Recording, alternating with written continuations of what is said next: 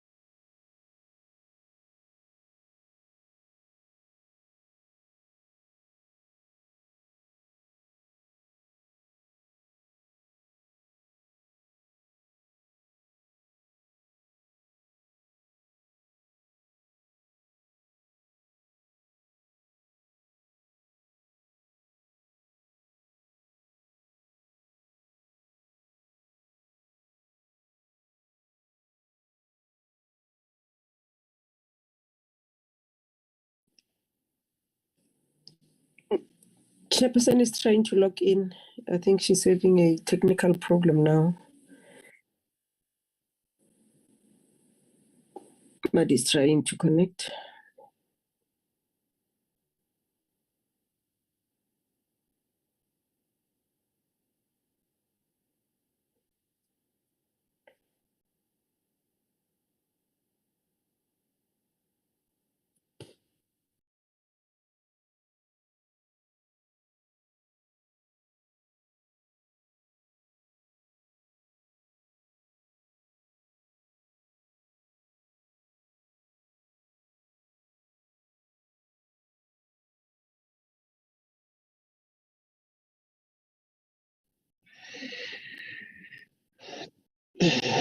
Yes, good morning, colleagues. My apologies. I was still being taken through training of how to get in. I am in now. My apology for delaying you. I can see that we do have a quorum. Just flag the agenda, Nosipo.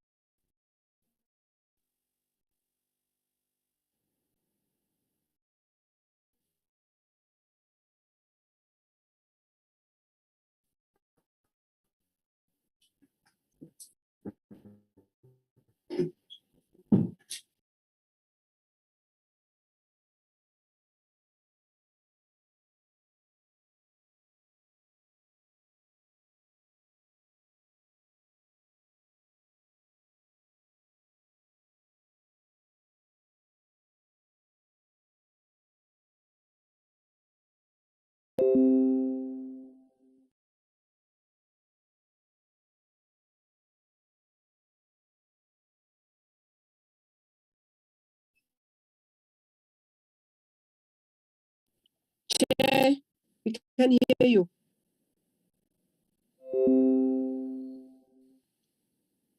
Honorable Mashego. Grace? We can hear you. You are Hello? muted. Yes, we can hear you now. Okay. As Yeah, the difficulties that I have, it's also that I can't see the agenda here as I have it, but it's fine. I'll check it on the other phone. Let's deal with the moment of silence in meditation and prayer.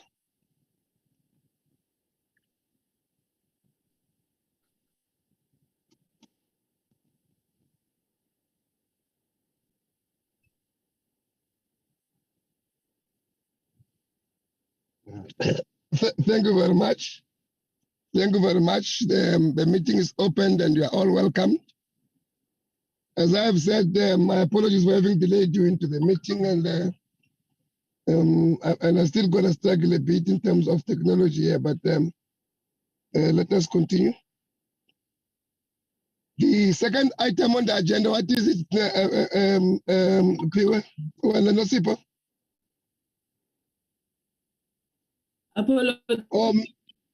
Yes. Chairperson. Apologies for the minister. The minister is attending. Deputy Minister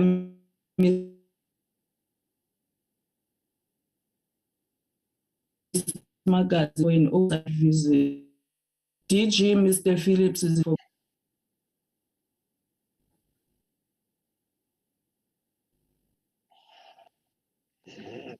If you are struggling and I'm also struggling, then the committee will suffer.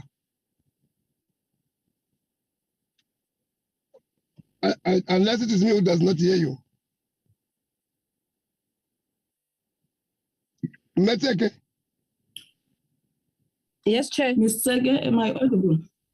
No. Do you hear? No, you can't hear. No, Sipo, I think your network is not fine. Get a better spot, no, Sipo. It is not fine. There are apologies from the meeting. Yes, this is a spot, Chairperson, but I'm load shedded. I think that's why the net hit. Can you hear me now, Chairperson? We do now. There's an apology for the minister. He's attending the NCC meeting this morning.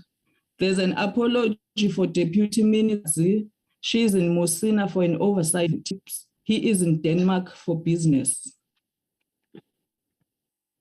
Okay. Okay, thank you.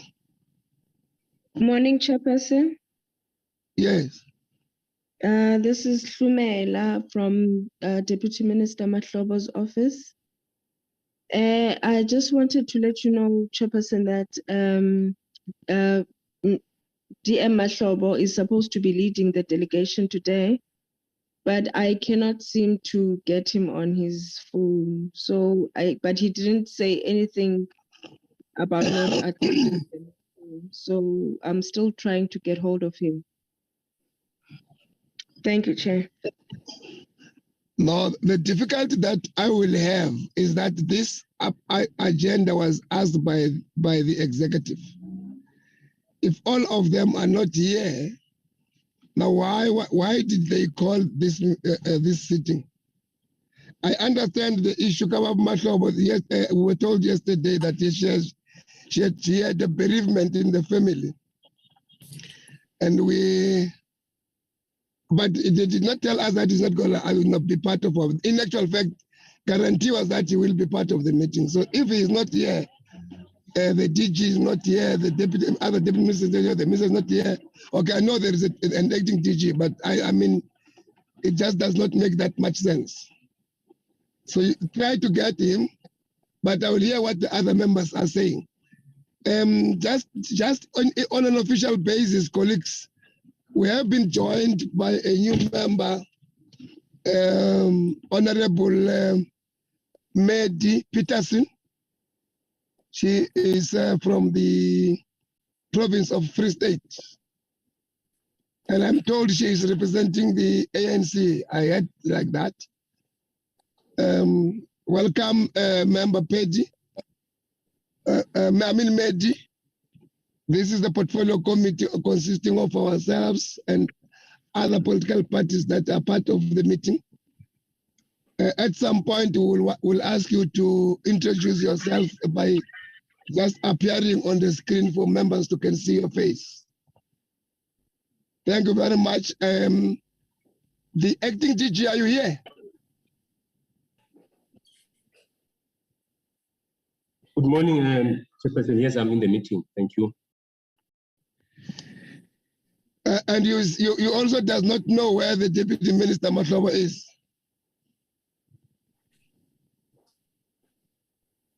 Yes, Chairperson, and they are trying to locate the Deputy Minister. My colleagues are trying to contact him. Okay. Mr. Members, Chairman, help me. Can... Yes, Hendricks? Hendrik here, permission to speak. You are? Thank you, Honorable Chair. You know, this is a very important meeting that is going to shock the nation. And it's very important that, the Minister and the Deputy Minister be present. I think you should adjourn the meeting until they are present.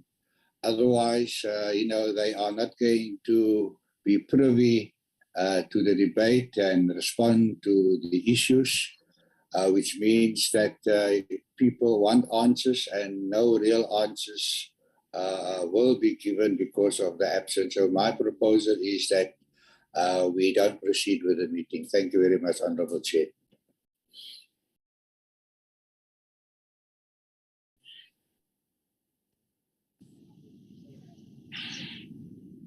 I'm done, Honorable Chair.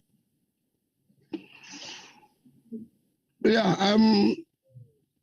I hear you. Is there any other member want to say something else? Real answers can be given by officials because they are the real implementers, but the crux is that we really do need an executive member to lead the delegation on this critical matter that we're talking about. But we must never be creating an impression of the DG might not have real answers. He can, yes, but political answers he might not because he is not a politician. I agree with you. But I think let me hear you, other members. Chair. Yes. Yes, good morning, everyone. Chair, I would want to agree with you that this meeting or this agenda of today was requested by the department. So would love the minister or deputy minister to lead this presentation, but nonetheless, I think there are load shedding in other parts of the country. Let's give the officials time to locate DM Mahlobo. I know he's one of the committed members. But in the meantime, we are not taking it for granted. But in the meantime, can we then allow the acting DG to continue with the presentation whilst on the other side they are locating DM Mahlobo and taking the apology of the two, the minister and the deputy minister who's attending the issues in Messina. Thanks, Chair. That's my proposal. No, remember the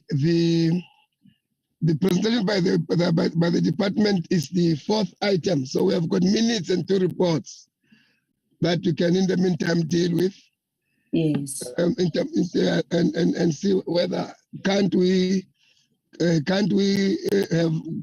have already found the deputy minister by the time we are finished with the minutes and the 2 reports. Let's deal with the minutes in the meantime. Shumela, please trace the deputy minister. Please do. Can we get then the presentation of the minutes?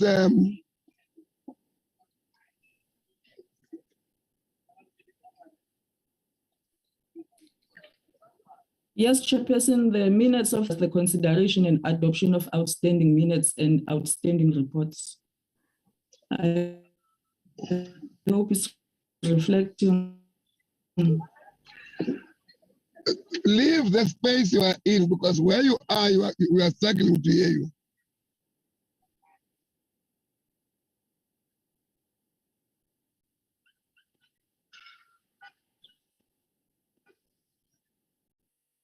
Is it reflecting, Chairperson, now? I don't know if it is reflecting on others. With me, it doesn't. Yes, it's reflecting the minutes of the 30th November. Oh, yeah, it is.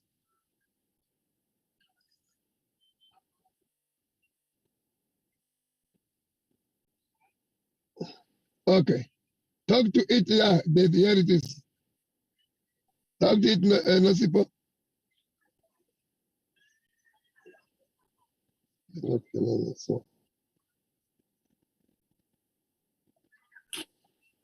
It's the minutes of the 30th November 20 of outstanding and outstanding.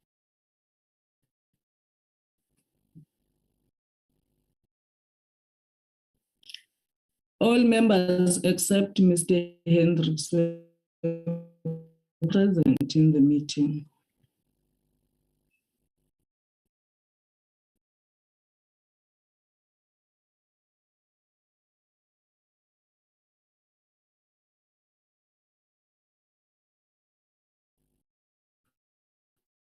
Yeah, it is, Chairperson.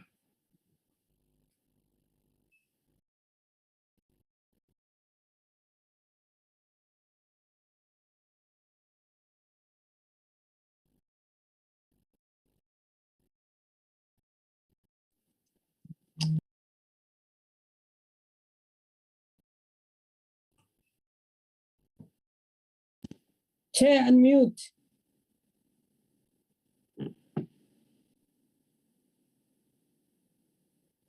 Chair Mashego.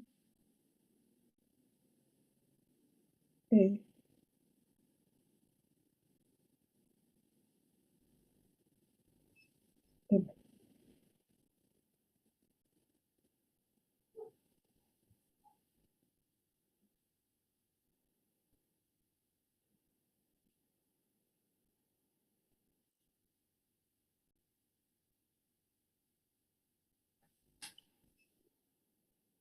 Unmute, Chairperson. Yes, I'm here. I was not even hearing, but I'm fine now. Yeah, go page by page, Chair. I think you do have that set of minutes. Okay. Okay, let's start with page. Why am I starting at page 5?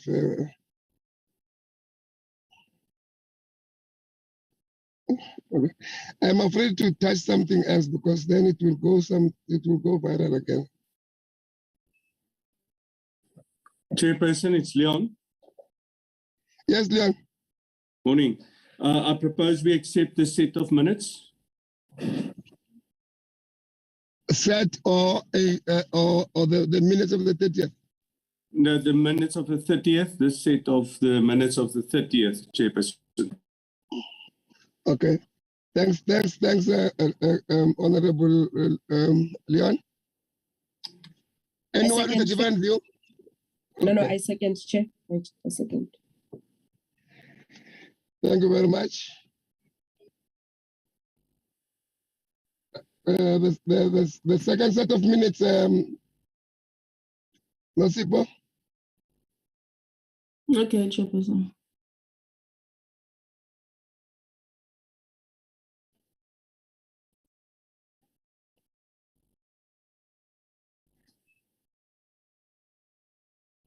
It's the minutes of the 15th February 2022.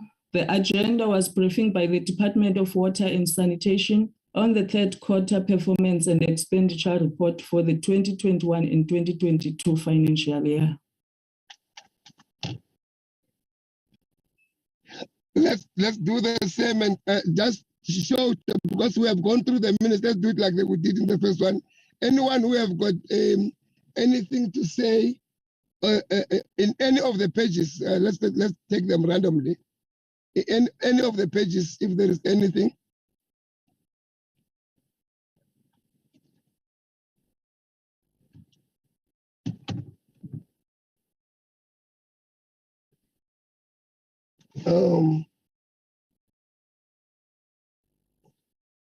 At 3.2, in the observations, go up, scroll up, let us see.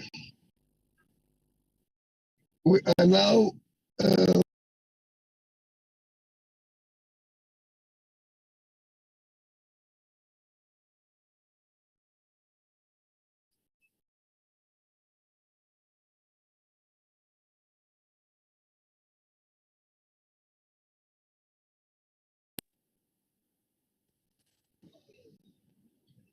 Chair? Chairperson? I hear you, Metseke. Oh, can I move for the adoption of these minutes, please? The minutes are so moved. Anyone who with a different view or who's seconding the view?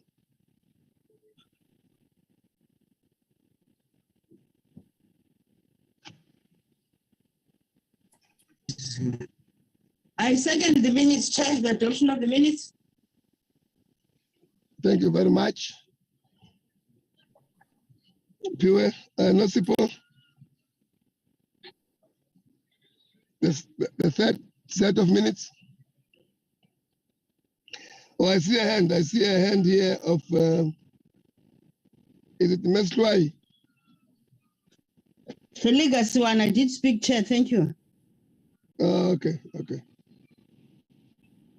Chairperson, Nosipo? Yes, yes. is the draft report of the Portfolio Committee on Water and Sanitation overview of the third quarter expenditure of water and sanitation to financial year. It's the report now that goes with the minutes that we just adopted. Okay. Where is the report, colleagues? Let's talk to it. This is you are not flighting that report. It is. Okay. Something is wrong here. Here it is. Colleagues, if it is flighted on your mind, it is. Now. It is. Yeah, it is coming. It is coming to me. Yes, here it is.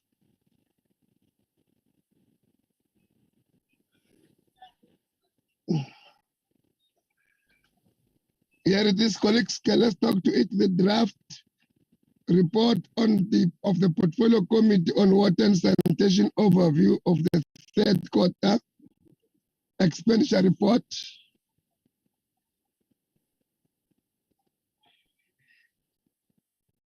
I assume we want to take it the way we did with the minutes, where we are now on page 1. Yeah, we better do that maybe. Chairperson? Yes. Chairperson? Mr. Tseki's hand is up. Chair, I was proposing that maybe if we go to recommendations, if the admin can take us, or the secretary can just take us through the recommendations that we have made. Thank you.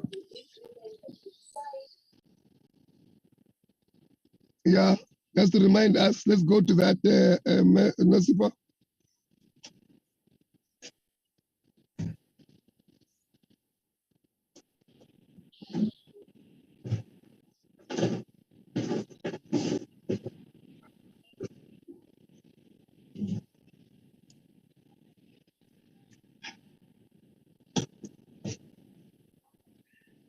We need to take note of these point notes as they present them, because they are very important before we go to the recommendations.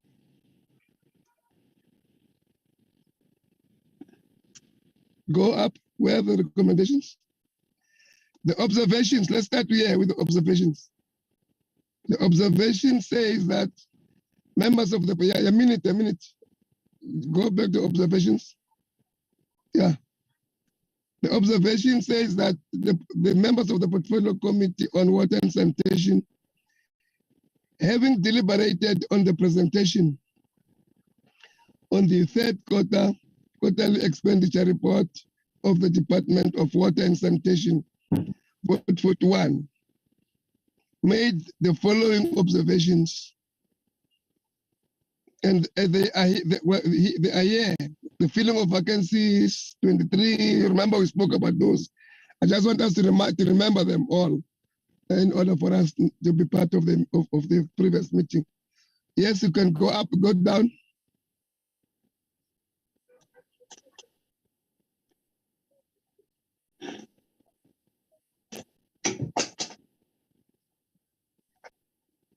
Irregular expenditure, as we spoke to, go up. Go to recommendations. Go to recommendations.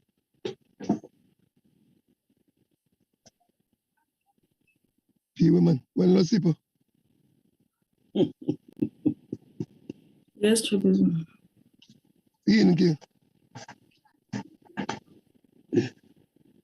Technology, Chair. Technology.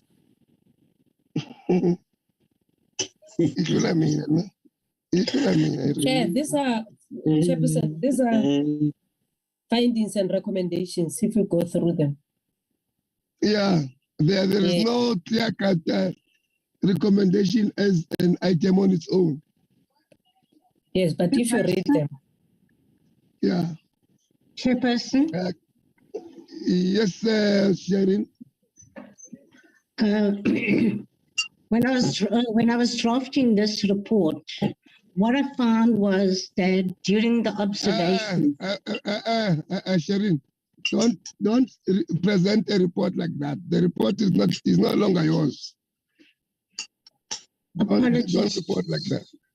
Policy chairs, when the Secretariat was capturing the observations, what they found was that the observations were responded to by the department quite in detail. So those recommendations where the department promised to bring further information, those are highlighted in this section of the report. Yeah, there are sometimes the report is very talking to each other, to itself, and people can follow it. I hear you. You're just reminding us. But members, if they have read the report, if any one of us have identified the challenge, let's raise it. But I think the report is in the spirit that it is written, in the spirit that it's talking to itself. It's very, very self-explanatory and very, very correct in the content. Save for the fact that it differs from the others where you have got note, believing, therefore resolve. It's not like that. It is talking to itself. It's okay. It's okay. Anyone who has got a view on the report? Chair? Yes. I move that we accept this report. Second that, Chair. Thank you very much. Go to the other set of. Check the search results I found online. Nosipo? This report is accepted. Take us to another one.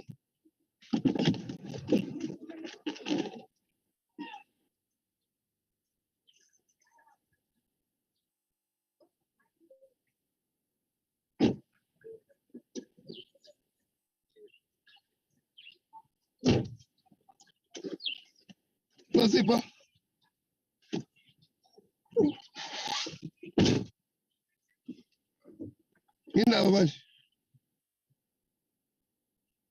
Sure.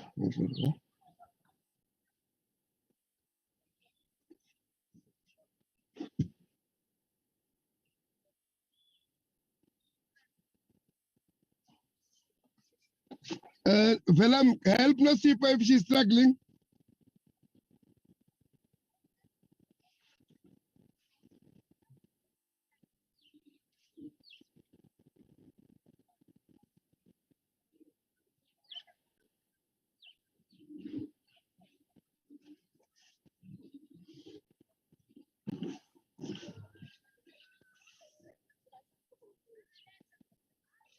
No, Sipo. We can't just wait for you.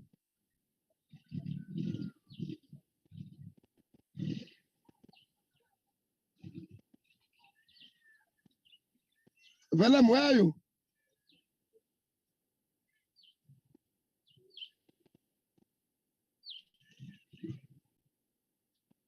Yeah, but. Chair, can we request Sherin to assist too? But why are officials wanting to be called by name if they see the other one is struggling, the other one can help? Why are they not helping one another?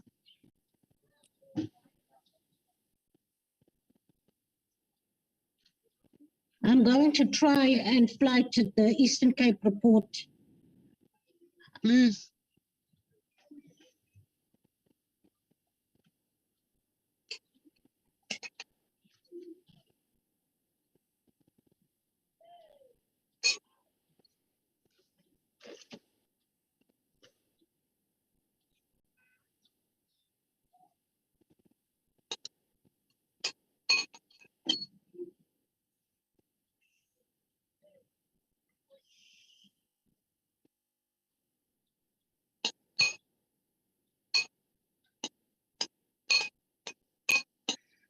Sis Nancy. Mute your mic. Tata. Switch off your mic. Usizwa ipunu zako ziyakhala la. Yasilambisa.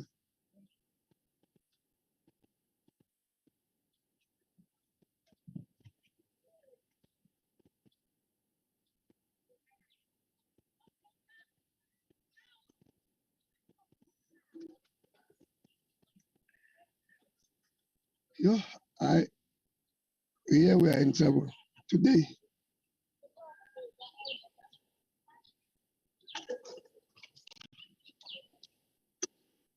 Chairperson. Yeah.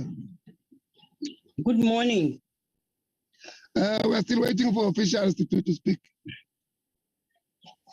I wanted to comment on that, Chair, if you may allow me. Can someone... Okay.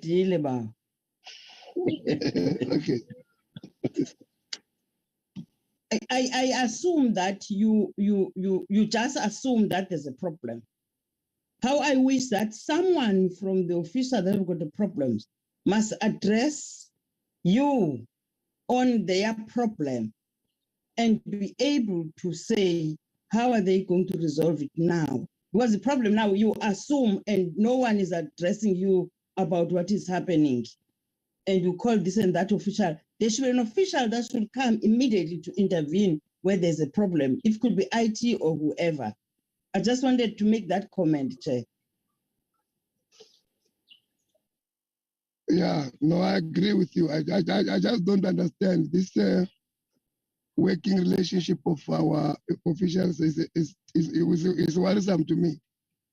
It's really worrisome. It seems we're too individualistic in approach, and we will not win the battle of emancipating our people when we are so divided by portfolios of our employment. Sherin is now, yeah. I'm saying now Sherin is now flighting the report. And remember, Sherin was not part of that trip. I'm sure that was a difficulty that she was not wanting to present because she might not be knowing the nitty-gritties. But it's fine. Let's work with it. Sherin was part of the oversight.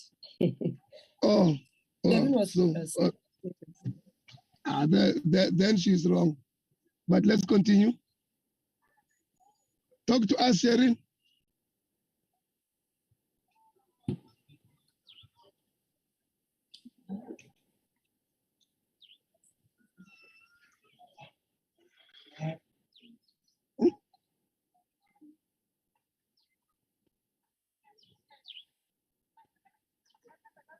What's wrong now, Sherin?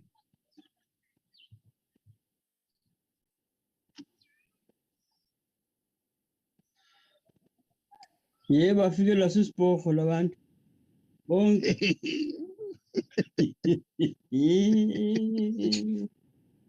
Yeah, but okay. Somebody is working on the report, but that person does not want to speak to us. And I think it is Sherin.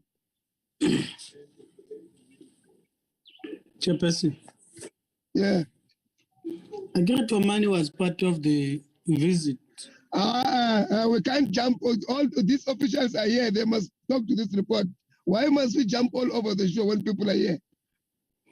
Okay. I heard you saying Sherin was not there. Yeah? No, I heard you saying that Sherin was not there. I was corrected. I was corrected. She was. I remember she was. Oh, okay. She was. Thank you. No, it's fine, Chair. Sherin, don't do what you are doing. Present this report to us. Talk to us. Chairperson, Section 4, briefings and site visits. The Department of Water and Sanitation convened the oversight visit with a high-level presentation on the situational analysis of water and sanitation in the Eastern Cape. The following projects were visited.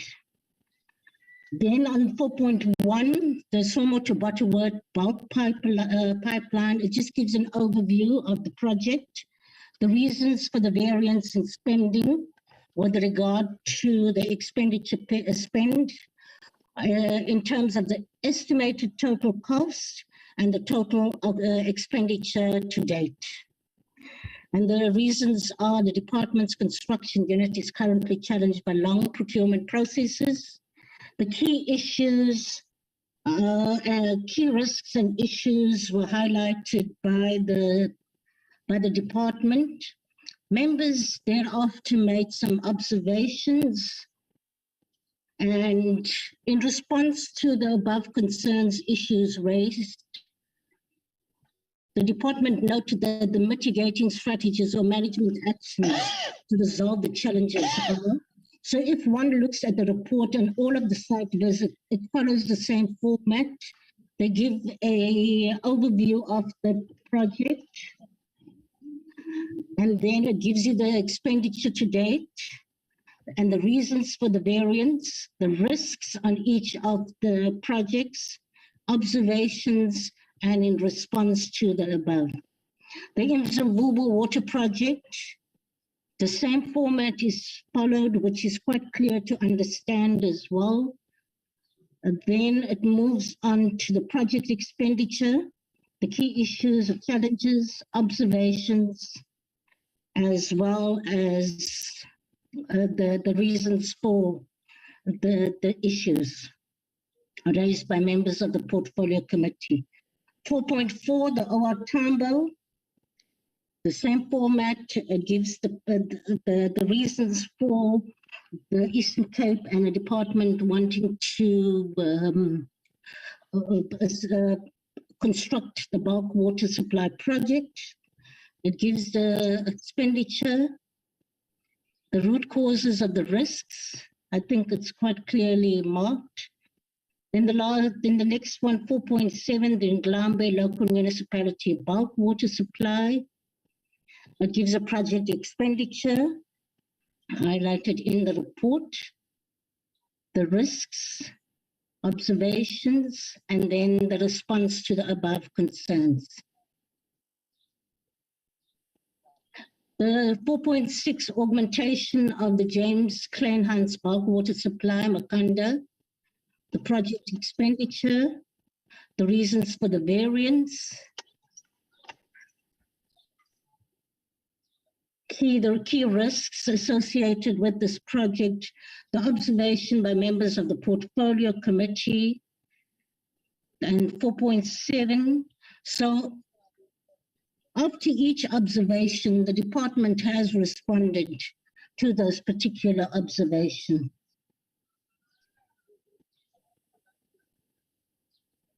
Okay.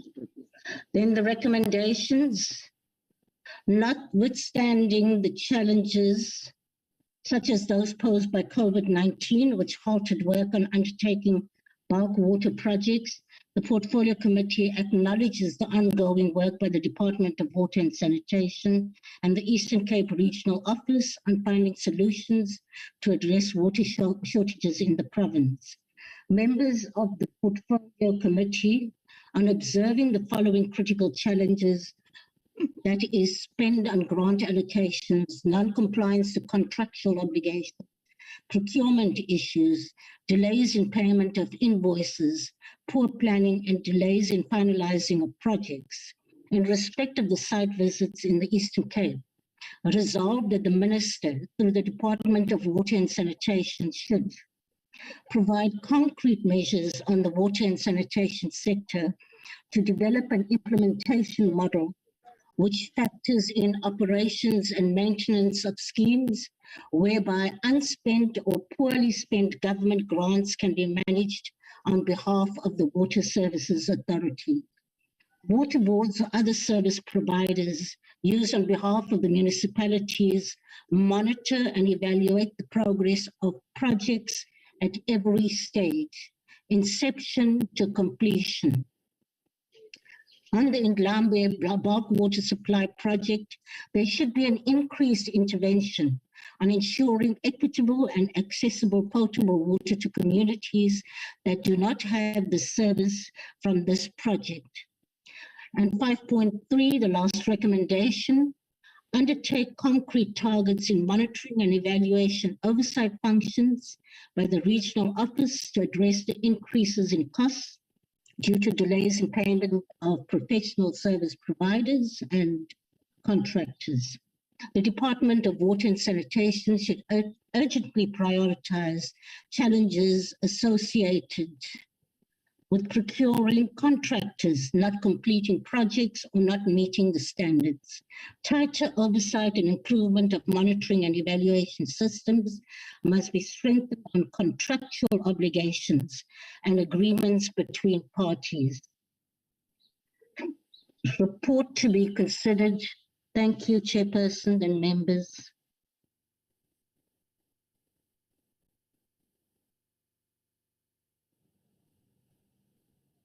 Thank you. We should appreciate the report. I take it that those of us who were not part of the report of the visit will have gone through the report as it was sent to us a little bit earlier. We will be in a position to take questions if there are, because we're there. This is the report that we expect the committee to pass and for it to be responded to later on by the department in response to our observations and recommendations. And I will not go back to page by page. I will allow you to raise questions where you think you have, and all of us who are there will be in a position to can give answers.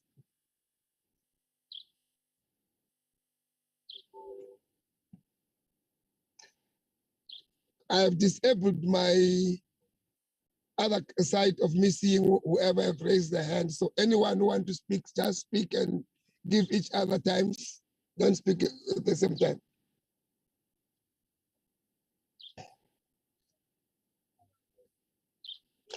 Oh no, I didn't.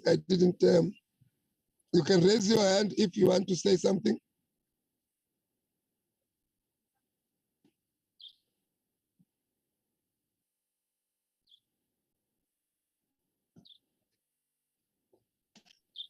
Chairperson?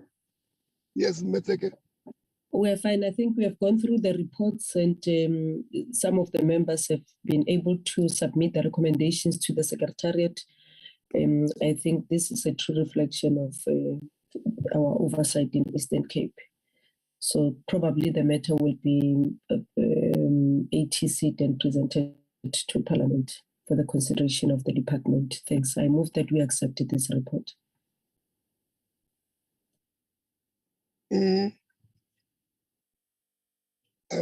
Expect someone to second.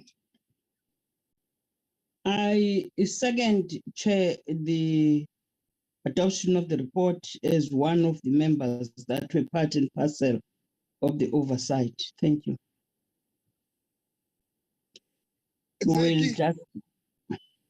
Tseki. He was not there. I'm calling his name, Teki. And We did see the desalination plant in Eastern Cape. It is there. We also have seen the access road to Umzumbugu. Good. You remember, Teki? I was not there, Chair. You remember? I hear, and then I remember last okay. You indicated in your report last you saw everything. Oh, okay. Okay. Mr. Chairman, as you know, I was also part of the visit. Yeah. And I didn't really want to comment on the report in the absence of the two ministers, but except to say that when it came to Uitgedag, the information we got was that the money that Parliament gave them was well spent, and that they went to great lengths to explain. Yes, allow him, leave him. Yes, Assistant. I think we listened to your order. Your order was saying, let first be comments on the report, and then those that have attended the oversight will come after. I just want the honorable member to hold on what he was trying to raise. Chair, thank you. I'm sure he was taking a view that we are about to go past it. Only Teki, which I have just provoked for him to comment. Members were no longer commenting, I'm sure. Unless if there is anyone who still want to comment, we're still gonna go back to Mr. Hendricks.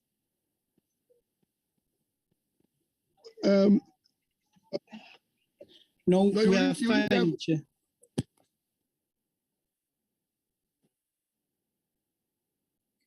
Mr. Chairman, are you allowing me to comment, or are you silencing me like some of the other honorable members want to do? Order, Member Hendricks, order.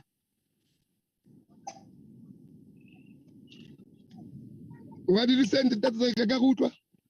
Marazeki banna go re ga letse le na le mehlolo ga botse go re molemo wa re wa bolela order for no reason mara ai I'm appealing. I still want. You don't even listen. The guy is just asking if he can comment. So now order for what? I'm appealing. Into my lecture meeting. No, I have allowed. I have said that Honorable Hendricks will be allowed to say what he wants to say. Because we did say that those of us who were there, we can comment. Fortunately, that Mr. Hendricks, Mel Sushwai was not saying you are out of order. She was saying, wait a bit, let's see whether there is members who are not there who might want to raise an issue. If none, it will be your time to raise your issues. And there is none now, Mr. Hendricks, you can speak. Thank you very much, Honorable Chair. Like I said earlier on, I decided not to comment because the two ministers are not there, and the issues that I want to raise is largely political issues, which I don't expect the officials to answer. But there are two issues that obviously I cannot, not say. Mr. Hendricks. Yes, sir. On record, the minister is now present. I see that helps quite a lot, Honorable Chair. And thank you for the Minister for the special effort that is made to be present. Like I said, the officials are not in a position to answer the questions I may have to raise. And so if the Minister is there, then obviously he can respond. As you know, Honorable Chair, we drove over 6 hours to Port Elizabeth, and we spent 2 days there. And the executive mayor and the members of the council did not find the time to meet with you, disrespecting our chair and respecting the community. And we did visit Nooit Gedag, where we looked at the monies that was allocated to them, and they indicated that the monies was well used, that they are very proud of the fact that they are purifying the water. And we know that in Port Elizabeth, the executive mayor issued an instruction for people not to drink the tap water because it's poisoned. And at the Ubuntu Awards meeting, one of the business people that got an award also raised his concern because of the situation in Port Elizabeth. So I want the minister please to find out whether Parliament has been misled by the officials at Nooit Gedag, who said that everything was fine. And, only when I visited Port Elizabeth to do a follow-up visit, we were told that the people mustn't drink the water from the taps, which is a similar situation in East London. So I don't want Parliament, when you submit this to Parliament, the ATC, to mislead by a rosy report.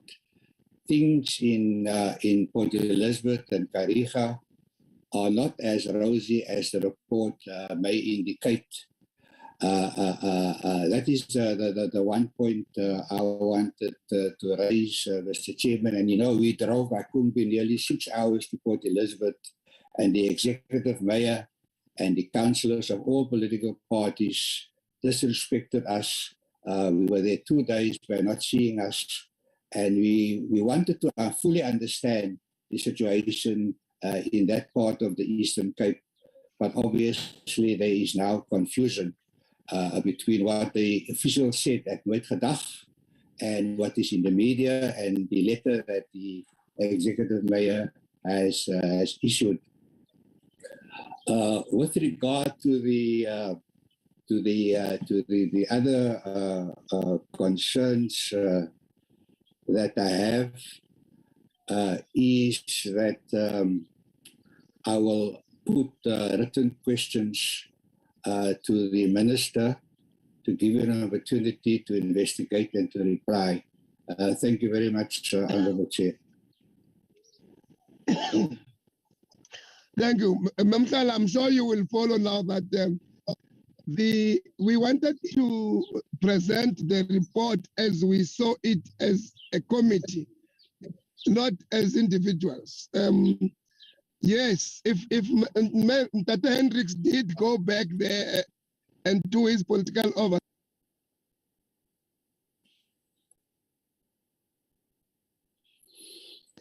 which he can even say when in Parliament if he wanted to.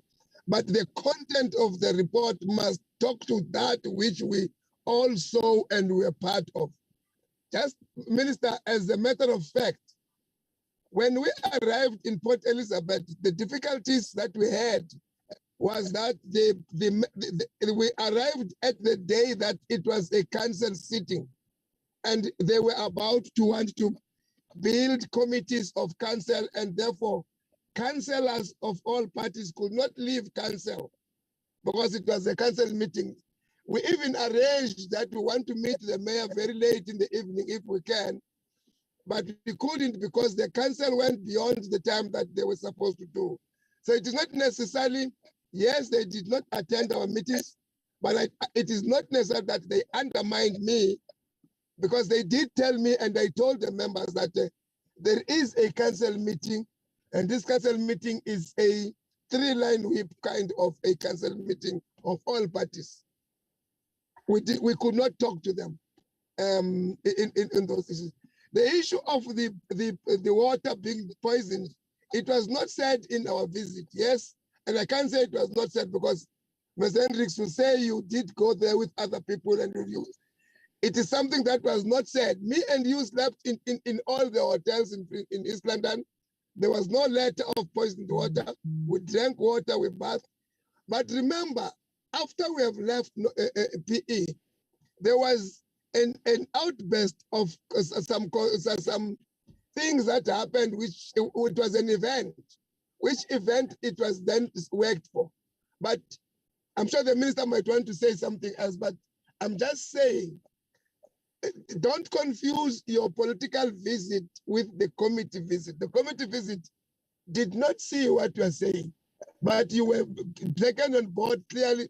Make us aware as a member of the committee that you found the following things. Therefore, we can take it also into our view and put it, if it is indeed a matter that the committee must put to Parliament. We have not heard of what we are saying because we were there with you. It was not said in our presence. Minister, Chairperson. Yes. Can I raise my hand, Chair? Speak. Thank you, Chair. No, Chair, I think we want to support your summary. Let's take note of what Member Hendrik says and put that in the minutes, not in the report, so that follow-ups can be made. I don't think there's any wrong if after 2 weeks there's some developments that have been observed, and then that will reflect on the minutes and the department will follow that up. But on the report, we do as summarized by members earlier. Thank you, Chair.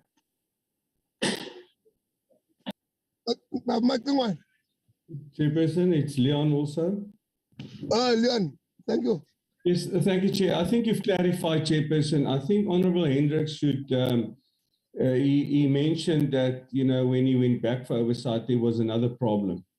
But the reflection of the minutes must be what has been seen on the oversight. Now, unfortunately, I was in hospital when you did that oversight, so I did not attend. I accept the minutes as that is the oversight that you've seen. And yes, if I want to dispute that, then I go on oversight, political oversight, and then I can ask questions concerning this. I think it's also unfair, Chairperson, to say that councillors of all parties did not honor you. You've just explained to us, Chairperson, there was a council meeting. It was a turmoil time in that municipality, electing people with a very, very close margins between the parties in that municipality. I think we should just strike that off the role that, that should not be part of the minutes. We accept the apology of those councillors that it was a 3-line whip and they could not attend it. Thank you, Chair. Thank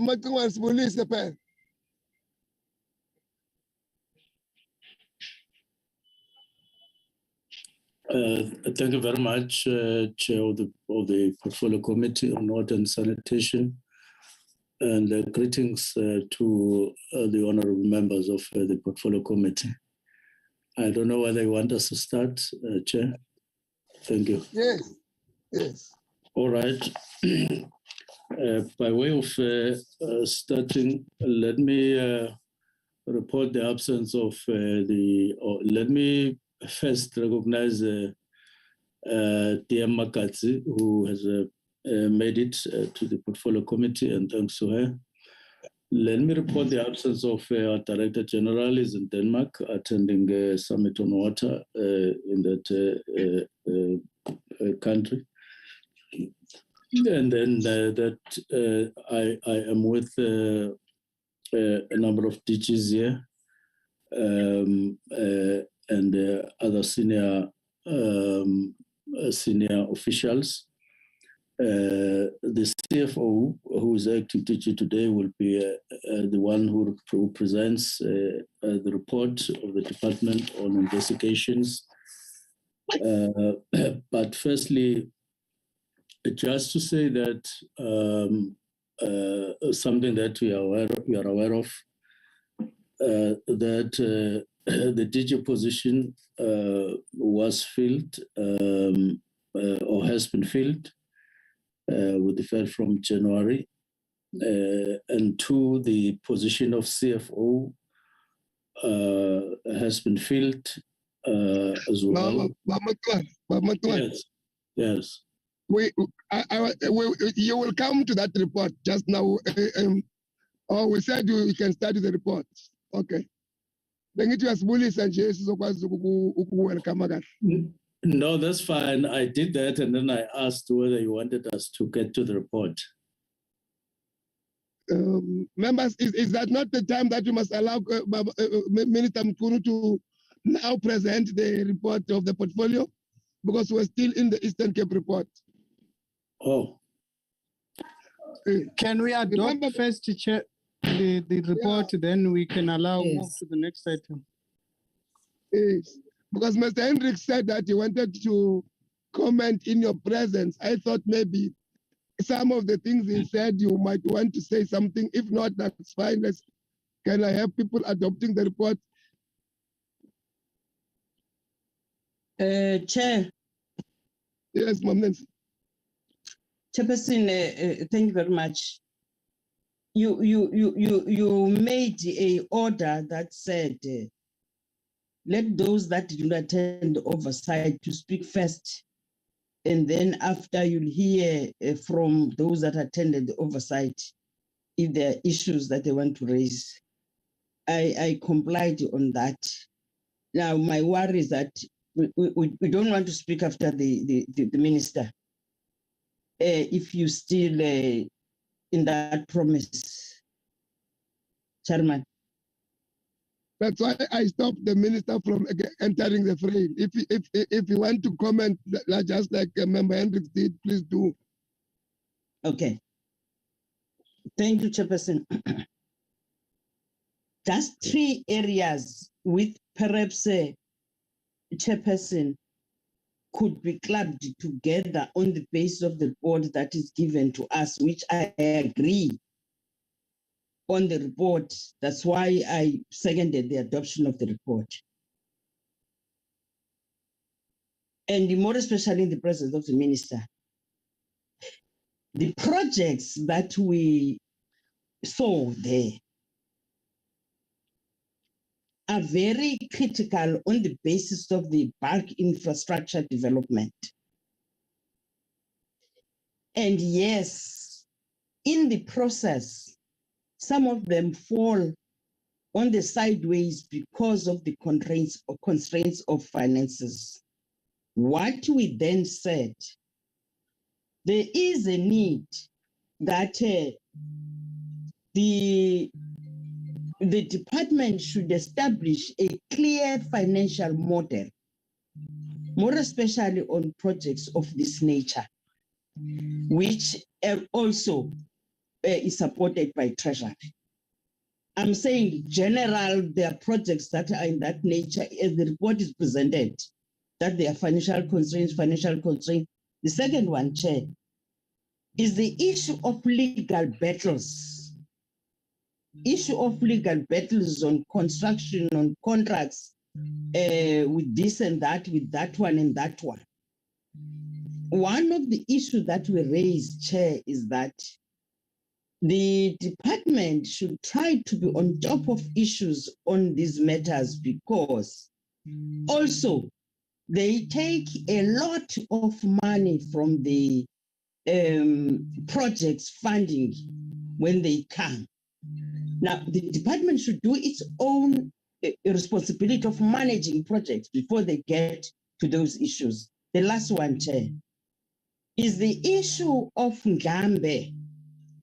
When we went to Ngambe and desalination, and were presented about many years of people that excluded, which are the majority in that community, on a phase 1.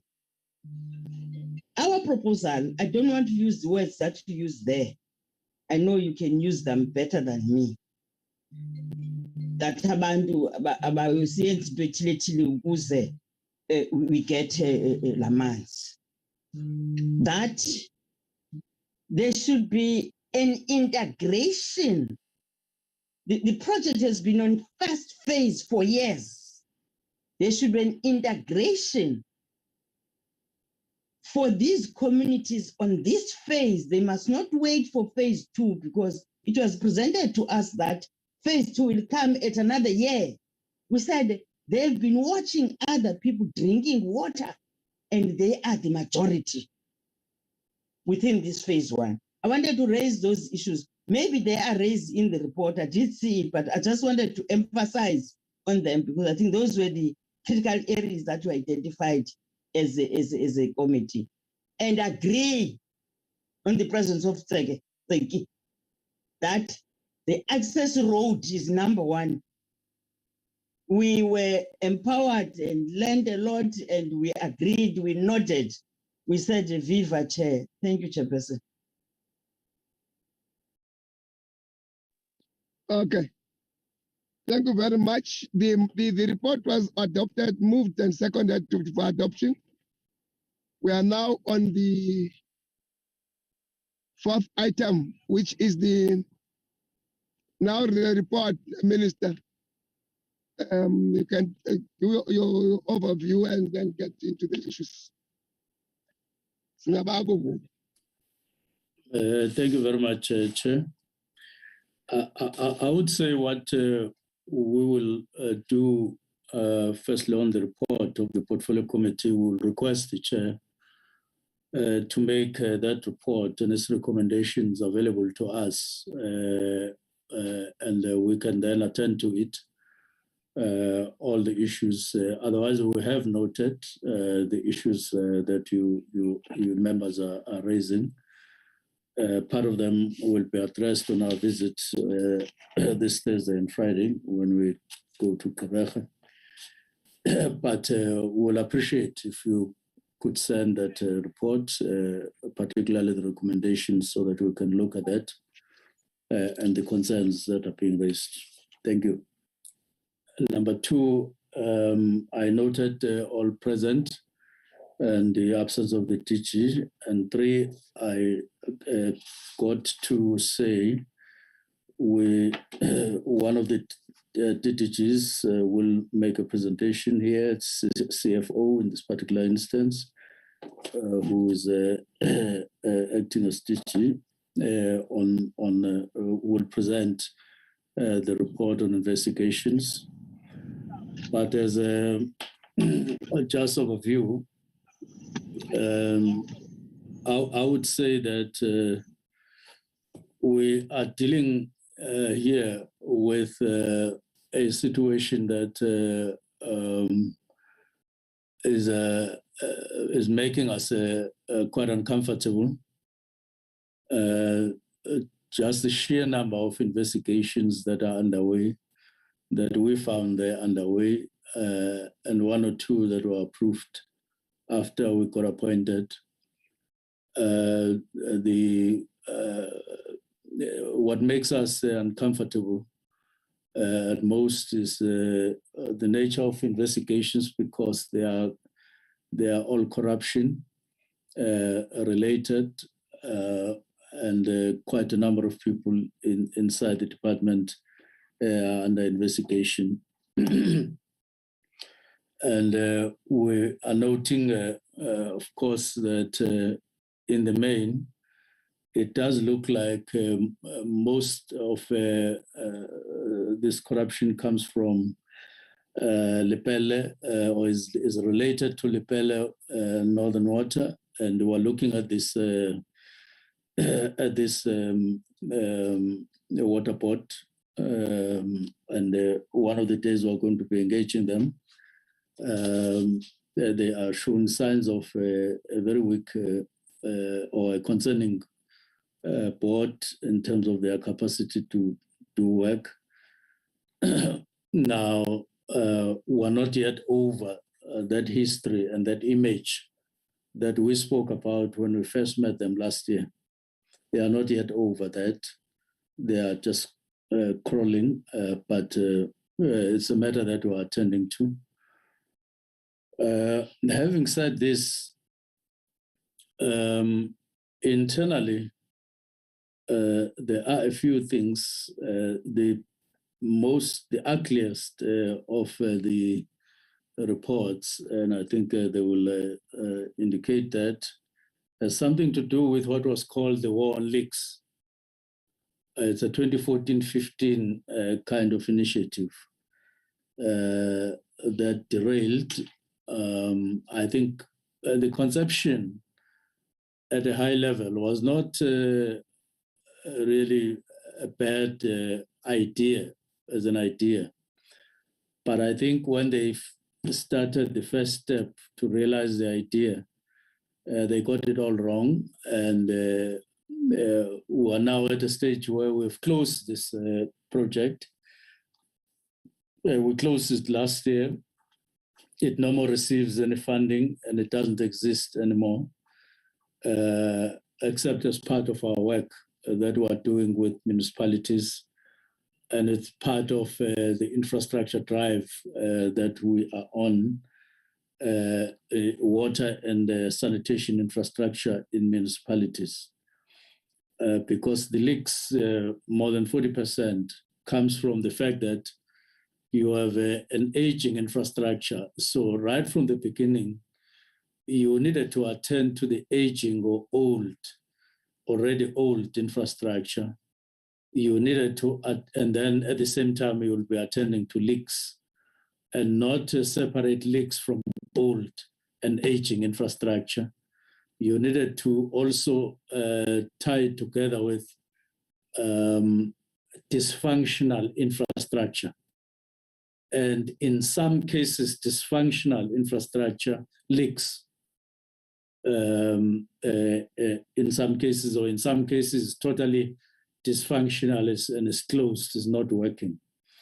So it needed to be conceptualized within that kind of context instead of as an outstanding standalone kind of project.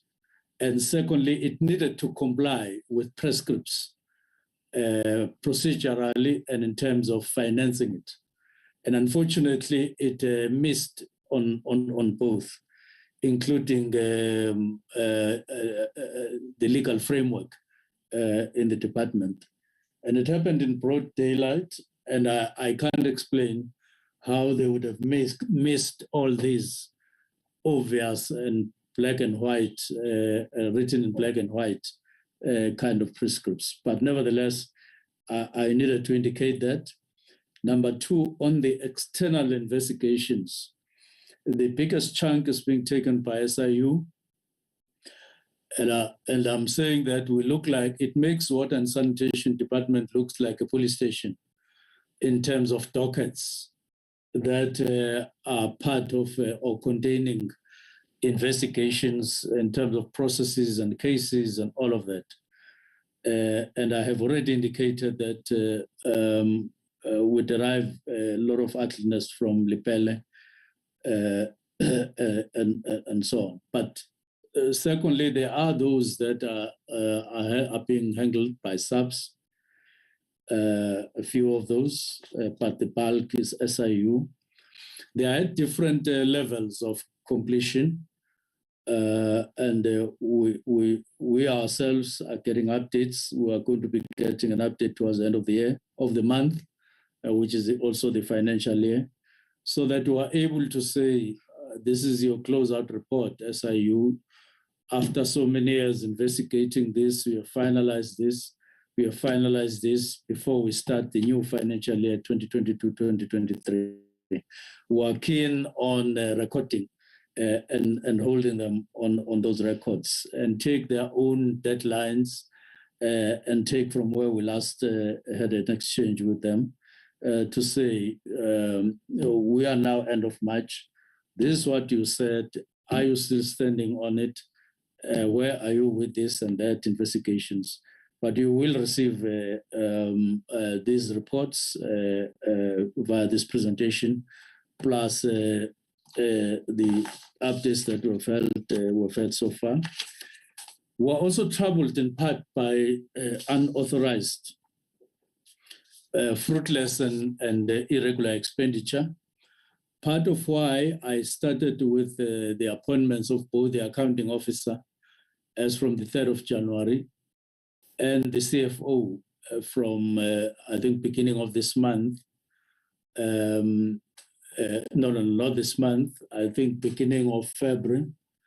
Part of why I mentioned this is because our major concern was around those areas, not because there was no one accounting, there was no one running the finances, but they were all on an acting basis, which created difficulties of their own. And we started there. We have now fully appointed people, and therefore full accounting should be the order of the day going forward. And we're hoping that on these aspects of accountability, in terms of audit outcomes, will then be overcome as we move on. I wanted to just zoom on those. In addition to this, of course, we are looking at performance overall in terms of all our programs and accountability that goes with that. And that includes what we need to do on buckets, because we said we will make a difference this year in terms of the current narrative and change it for a positive narrative.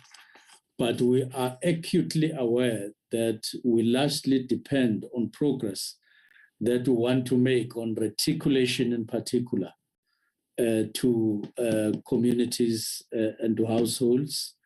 But we are also aware that we are largely dependent on our success of cooperation with human settlement department. There's an outstanding appointment between myself and the Minister of Human Settlement. We are hoping that in the next 2 weeks, we will realize it. Unless the two departments work together, literally in a number of strategic issues, we're not going to get anywhere. And we are aware that the first priority is around issues in Swane that will feature highly in our first meeting. But secondly, we've also had a discussion that this thing called informal settlements and or slums, which include these settlements in some cities that were called transit communities.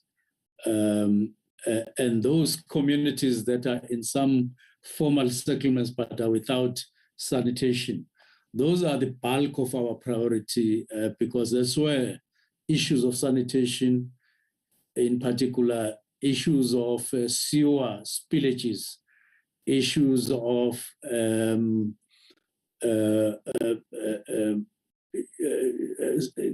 continuous spillages, that's where they are, but they include those of certain municipalities like Likwa, which in our view are municipalities that have failed municipalities that require another cooperation with another department, which is COGTA, and we need them to tighten their screws on governance of these municipalities so that we can then benefit from the side of governance that relates to sanitation. Of course, we're not going to be totally dependent on that. We will be making interventions where we think we need to make interventions. We've already had a meeting with the Minister of COGTA. We've agreed on protocols that we need to inform them where we have major worries and where we intend making interventions so that they are on board and reasons thereof. Otherwise, we don't want to be totally or 100% dependent on municipalities and their functionality so that we are able to do our work, because it would mean that we will be forever indebted to them and dependent on them on issues of water and sanitation, and we don't want it like that.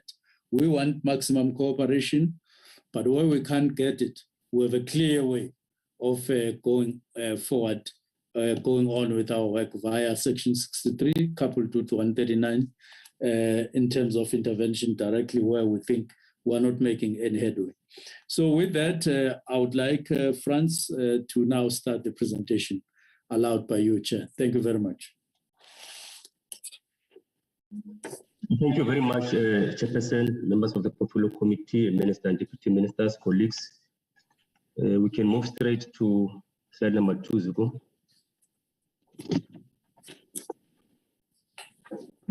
Chairperson, the contents of the presentation as per the request of the Portfolio Committee covers the status of cases investigated by the SIU and other law enforcement agencies. We also have Part B, which deals with the status of disciplinary cases against the employees. And as requested, we are also briefing the Portfolio Committee on the impact of fraud and corruption on water and sanitation service delivery. There are also preventative measures that the department has put in place to prevent further incidents of fraud and corruption.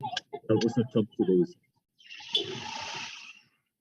By way of introduction, Chairperson, on slide number 2, I would like to indicate that the department has put together a financial recovery plan that deals with measures to deal with the historic backlog of improper expenditure that the Minister has already alluded to, issues of unauthorized, irregular, fruitless, and wasteful expenditure.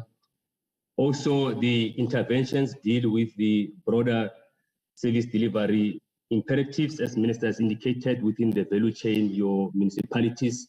So the intervention is more holistic over and above dealing with these incidents of fraud and corruption.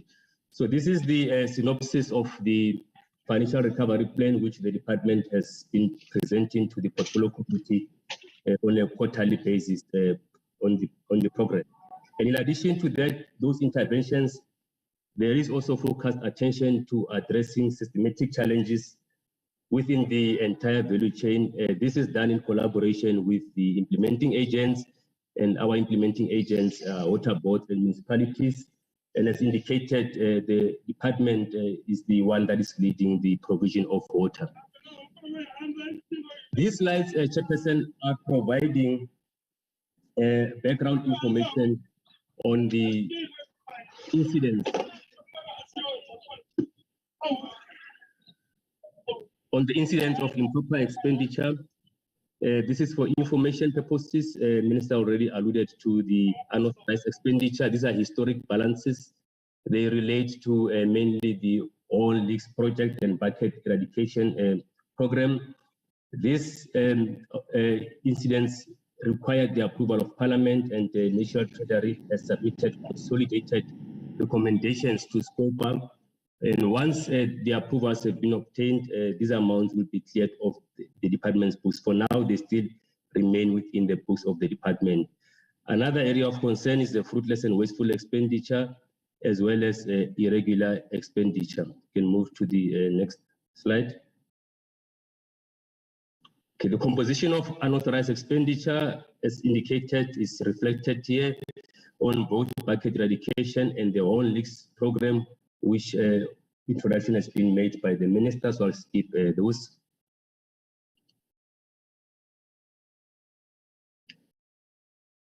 Chairperson, on irregular expenditure of the department, we are reflecting both the vote, the main account of the department, as well as the trading account referred to as the water trading entity.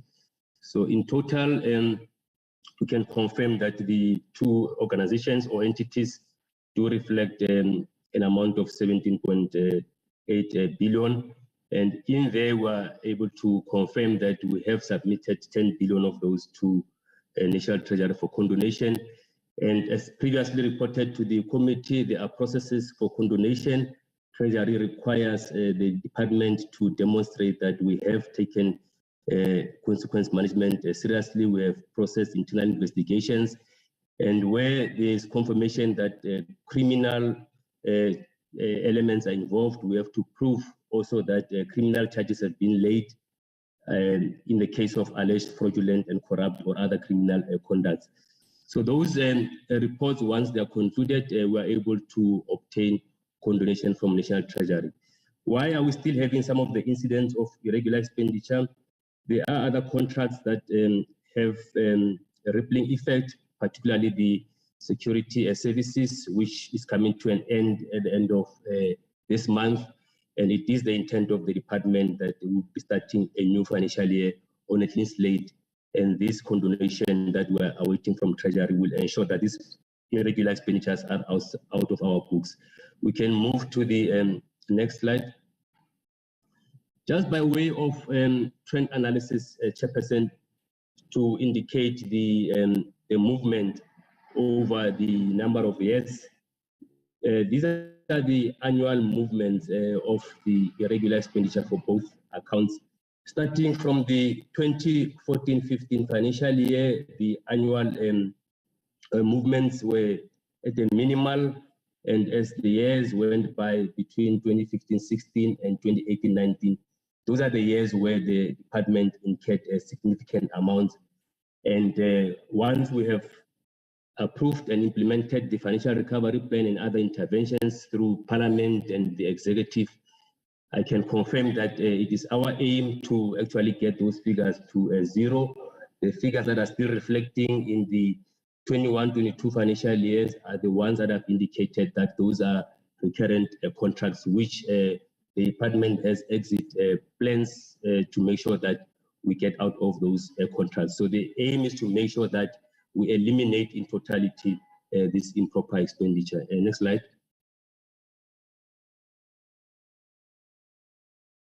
Okay, we also, Chairperson, analyzed all these incidents based on the reports that we have compiled as a department, including those that are coming from the Special Investigating Unit when they were conducting investigations at our implementing agents. And these root causes or the factors that contributed to these transgressions, they range from non-adherence to your basic SCM procedures, scope changes without the approvals, and not following the bidding process.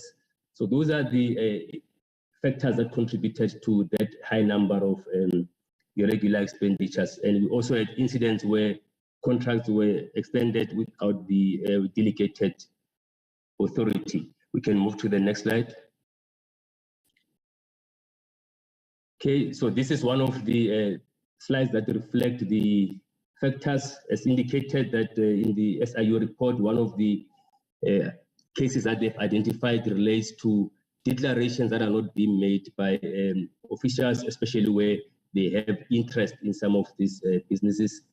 And also we have meetings that did not correlate and awards were made. So it's various reasons. And on IT, we also had incidents where procurements were not done through the CETA as required by law. And all those chairpersons are part of the recovery plan, and the reduction in the incidents also bear testimony to some of the interventions by the department and the executive authority. We can move to the next slide. Chairperson, the Special Investigating Unit provided feedback to the Portfolio Committee on a number of cases. I can confirm that issues that they've raised around non-action or lack of action by the department, those have been dealt with.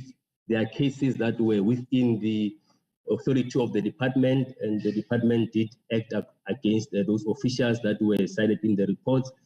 And we also ensured that where employees have moved to other entities within the public service, that we pursued those officials, and we have implemented the recommendations of the Special Investigating Unit.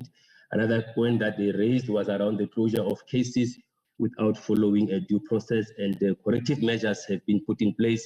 We had a number of meetings between the SIU, including meetings with the executive, and those recommendations were implemented. The remaining ones relate to some of the key projects, and the reason why these are taking longer, they are complex cases. They involve as well corrupt or other criminal conduct within those irregularities. And one of them relates to the Giyani Water Project. I can confirm that the SIU has completed the investigations, and it has been confirmed indeed that there were corrupt activities within this project, and the matter is also being investigated by the Hawks, and there's also a court process. The matter is before the High Court Limpopo Division in Polokwane. The second one, which is also implemented by our water board, or was implemented by our water board, relates to the raising of the Zanin Dam wall. It was also confirmed, Chairperson, as I've indicated, if you reflect on the irregularity from a desktop analysis, you might conclude that it was simply non-compliance with a procedure. However, when you bring these investigations into the picture, you start realizing that there are other causes of this non-compliance. In the case of Zanin Dam wall, it was confirmed that there were some incidents of corruption, and the investigations are ongoing. The procurement that was followed here was emergency procurement, whereas there was no need. We should have followed, or Lepelle should have followed, normal competitive bidding process. The next slide, Chairperson, relates to the SEP. This is a matter that has been taking long, and there are also various reasons. Mainly is around the complexity of the case. Once you have corruption elements in a matter, you start bringing now the police, the Hawks. So they've been investigating the criminal elements of these irregularities. And we have also launched in the special tribunal as a co-applicant, the department with SIU. We are seeking there to, in order to set aside the contract between DWS and SEP. One other prayer is to recoup those funds, and we are assisted there by the SIU to recoup those funds. Another project relates to is the Together Hooded Road Transfer Scheme. Again, in here, it was issue of not complying with the supply chain management prescripts. Also, the budget management prescripts. When you commit the state, you need to make sure that all these projects are duly funded. But in this instance, the indications are that those processes were not followed, and there are a number of contraventions that have been picked up. And the matter is also with the Hawks. We are currently ensuring that we collaborate with the Hawks to support them during the investigations. We can proceed to the next slide. Another matter that the Special Investigating Unit is busy with relates to the information technology contract. The proclamation was signed, gazetted last year on 30 July. It relates, Chairperson, to information technology contracts that the department entered into with EOH. There are 4 contracts that the SIU is currently investigating. Those were awarded between the period 2012 and 2017. And as I've indicated with the previous ones, we are engaging with the SIU. We are providing them with the accounting records and any other records that they are requesting from the department to assist them in their investigations.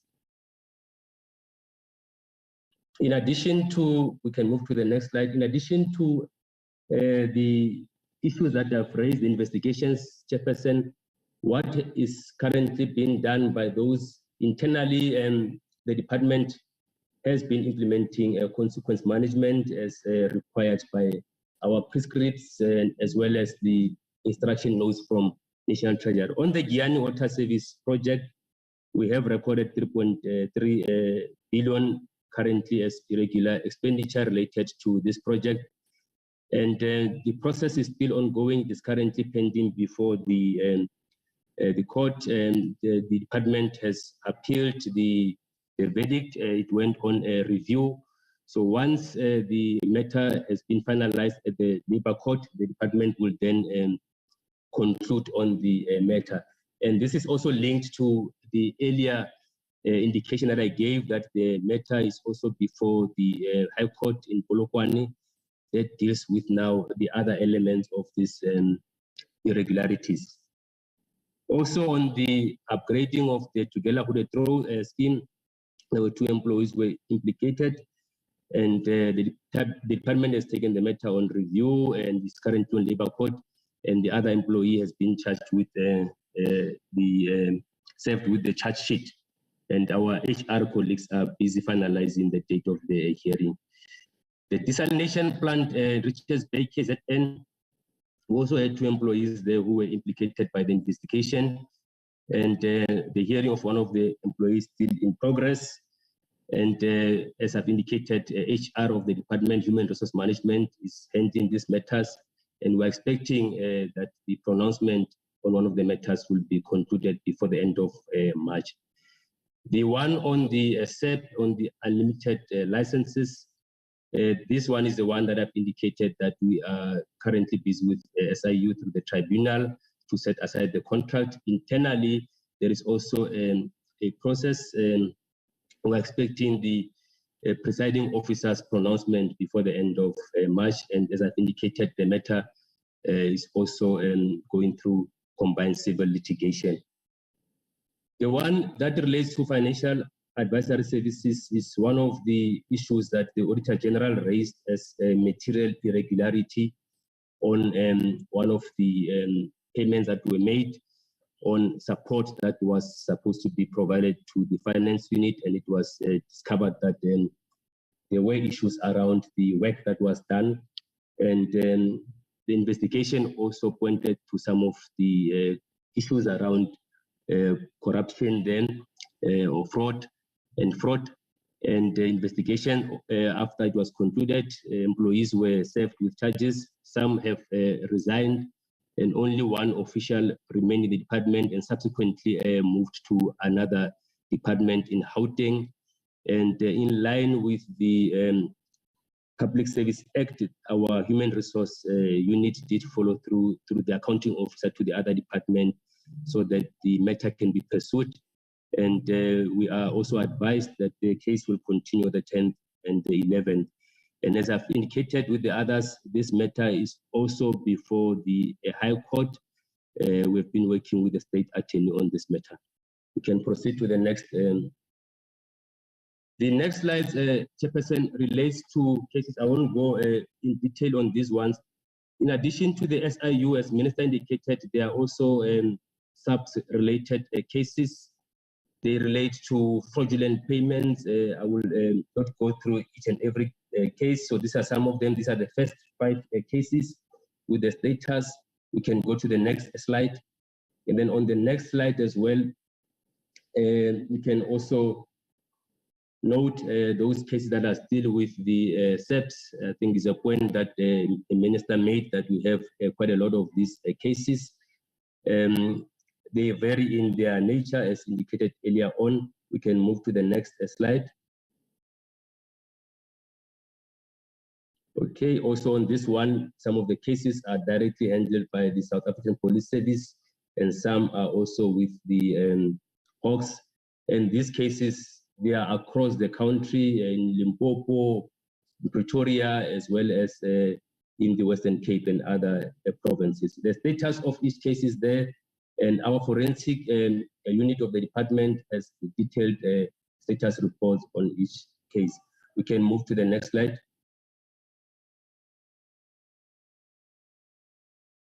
Okay, so these are the other cases. We can move the same matter that I've indicated, that we do have these cases that we are dealing with the police to try and bring closure to this. There are also, Chairperson, in closing on these matters, some of the concerns that the department raised with the Commissioner of the Police, that were unhappy as a department around closure of some of these matters where we believed that they should have been pursued, and we received acknowledgement of the letter that the department wrote to the Commissioner, and they gave us status on some of these cases, also promising that they will further engage with the provincial commissioners so that they are able to provide us with substantive facts around some of these cases where the department was not satisfied about the closure, for example, of some of the cases where there was definitely evidence that should have been pursued. We can move to the next slide. The next slide on Part B, Chairperson, is just an overview of the cases that are currently being handled. I'm starting from the 1920 financial year. Just for overview, you can see that we've completed 42 of those cases, 10 under investigation, and some 15 are still to be investigated. We can move to the next slide. That is the 1920. We can move to the next slide. So it's just to provide, okay, we can move to we're still on 1920. This is the breakdown between the two accounts. We can move to the next slide. In that year as well, Chairperson, when the department receives allegations of fraud, corruption, those are taken into consideration. And the other slide was simply showing, Chairperson, the nature of those cases and those that were confirmed and not confirmed. And in 2021, these are the cases that were received by the Internal Audit Division of the department, where our forensic capacity is.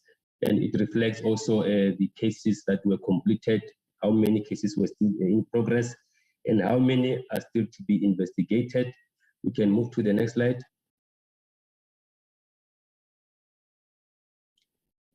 Okay, in that particular year as well, Chairperson, you also have cases that come, the allegations, and the arrow on the left is confirming the incidents, and on the right hand, where there was no merit of those cases, someone might call the department on a particular procurement to say, I suspect that so-and-so is involved, so that matter is investigated.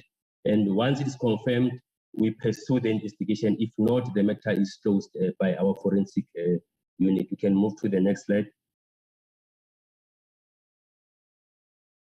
Okay, this again is for information that in the 21-22 financial year, these are the cases that were received, 83, and then 42 were brought forward from the previous year, and then the status is also reflected. It's for information that there is work being done, also noting that we still have cases that the forensics unit has to deal with as well.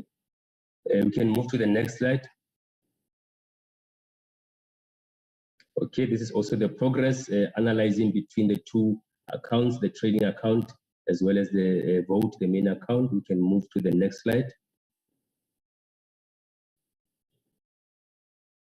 Okay, again, in this particular financial year, Chairperson 21-22 confirmed cases. Their nature is there. What is the category of the case that was reported, and how many were confirmed, and how many were refuted. Thank you. We can move to the next slide.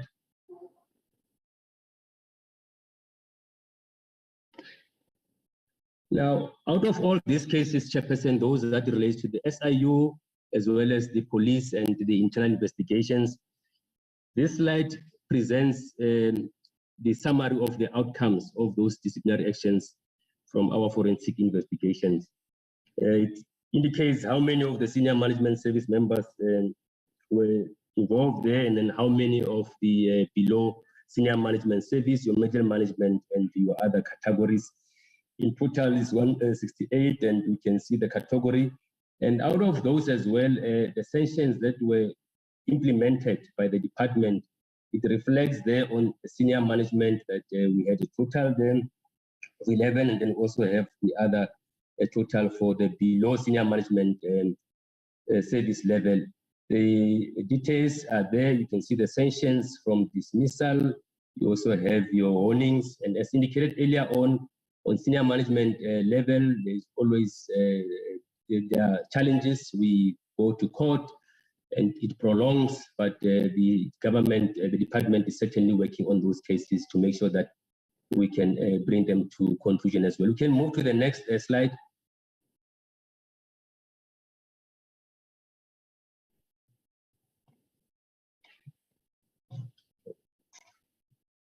Okay, the outcome of the cases. You can move, Zuko. Yes, it's indicated, Chairperson, as I said earlier on, one of the concerns raised by the Portfolio Committee as well as the Special Investigation Unit relates to the officials who have left the department. What is being done about those officials? As indicated, it is twofold. If it is a criminal matter that is being pursued through the police, whether you are still within the employ or not of the department, and where you have moved to another government department, certainly we have implemented the recommendations. There is pursuing of those officials, and that is being done, and those other departments continue with the case. They bring it to finality and provide the department with the outcome. We can proceed to the next slide.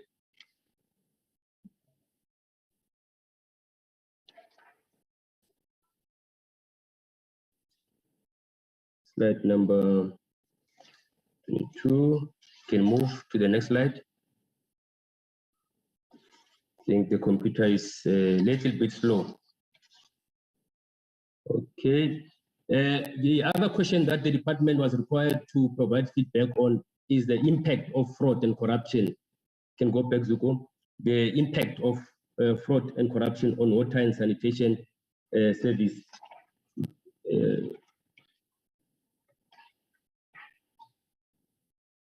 Yeah, the one below, before that one, Zuko. Social and health impact.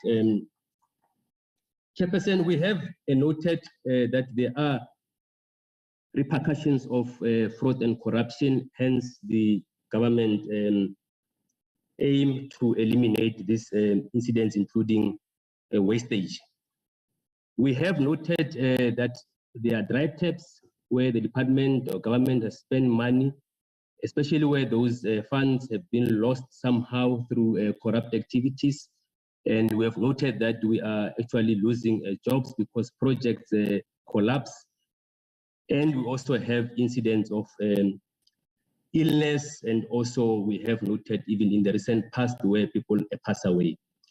There are also socioeconomic impacts that we have noted, that we end up now with a reduction of quantity of public resources that are available for redistribution. I think in the introduction, Minister outlined at strategic level how those decisions that might have an element of fraud or corruption or even irregularities end up now affecting the resources of the state and not meeting the intended objective of those particular initiatives of government. One of them, if you have, for example, a supplier who might use fraudulent or lower grade inputs in infrastructure, it doesn't last, it collapses, and it affects the communities.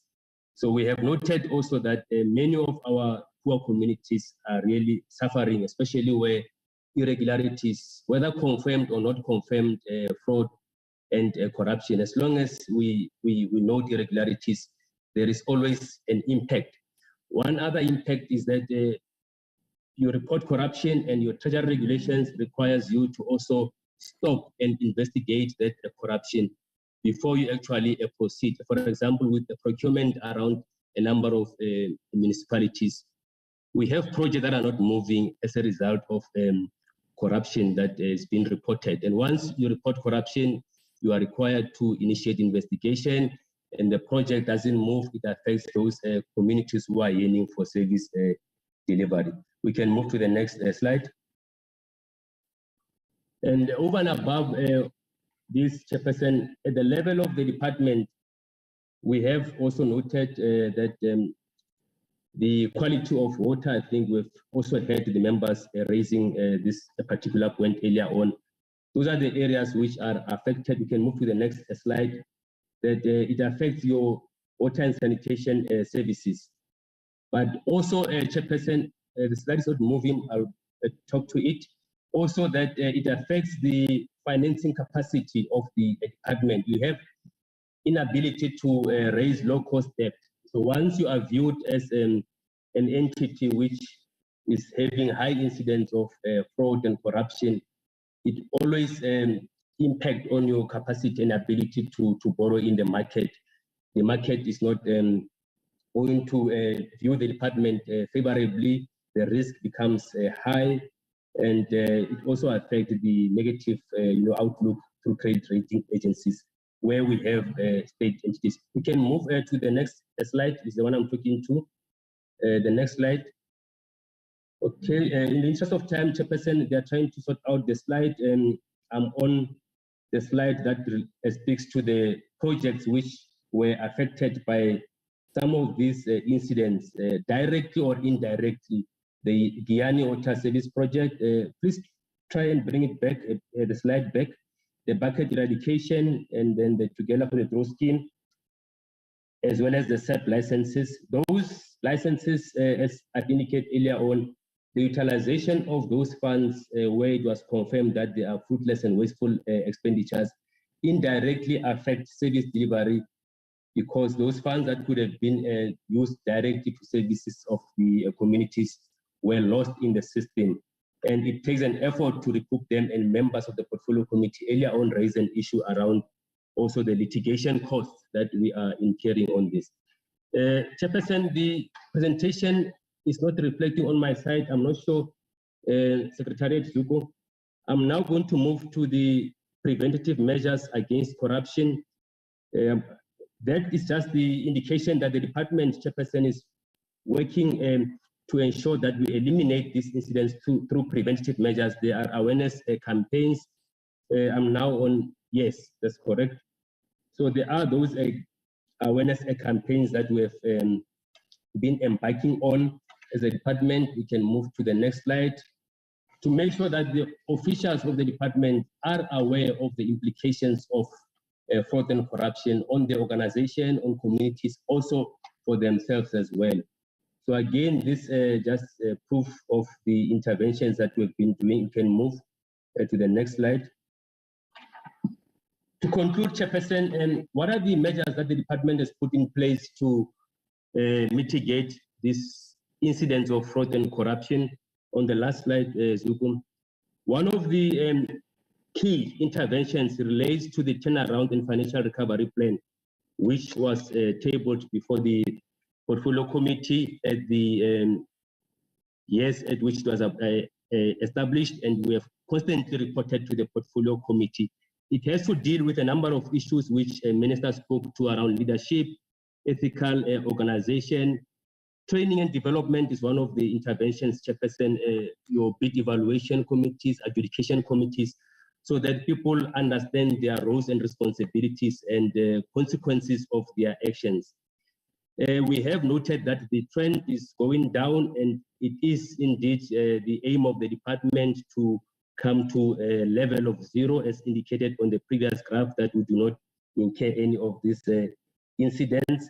And there is an exit strategy on this irregular contract. Chairperson, I can also confirm that when we present the financials of the department, the quarterly reports, the last one that we presented, for example, the claims against the state amounted to 1.1 billion and indicated various claimants.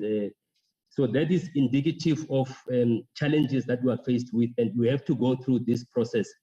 Otherwise, you might end up having to commit to these projects which were irregularly awarded, and there's evidence that we are having capacity to exit out of them.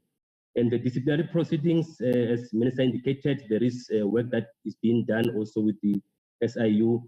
One of the main interventions, as indicated also earlier on, is streamlining and integrating of the interventions, that they are not in a silo approach, where we work very close with the whole sector, vertical and horizontal, making sure that the department, as it leads the work towards provision of water and sanitation to the communities.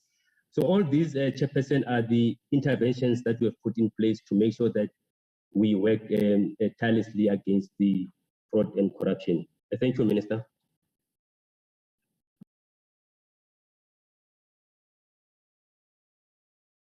Thank you very much, Chair.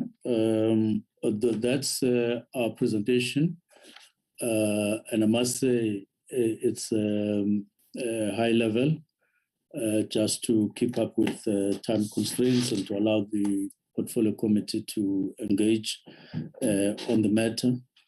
The only thing I want to add overall is that we take the view that there's no need for irregular or wasteful and all those kinds of category of audit outcomes.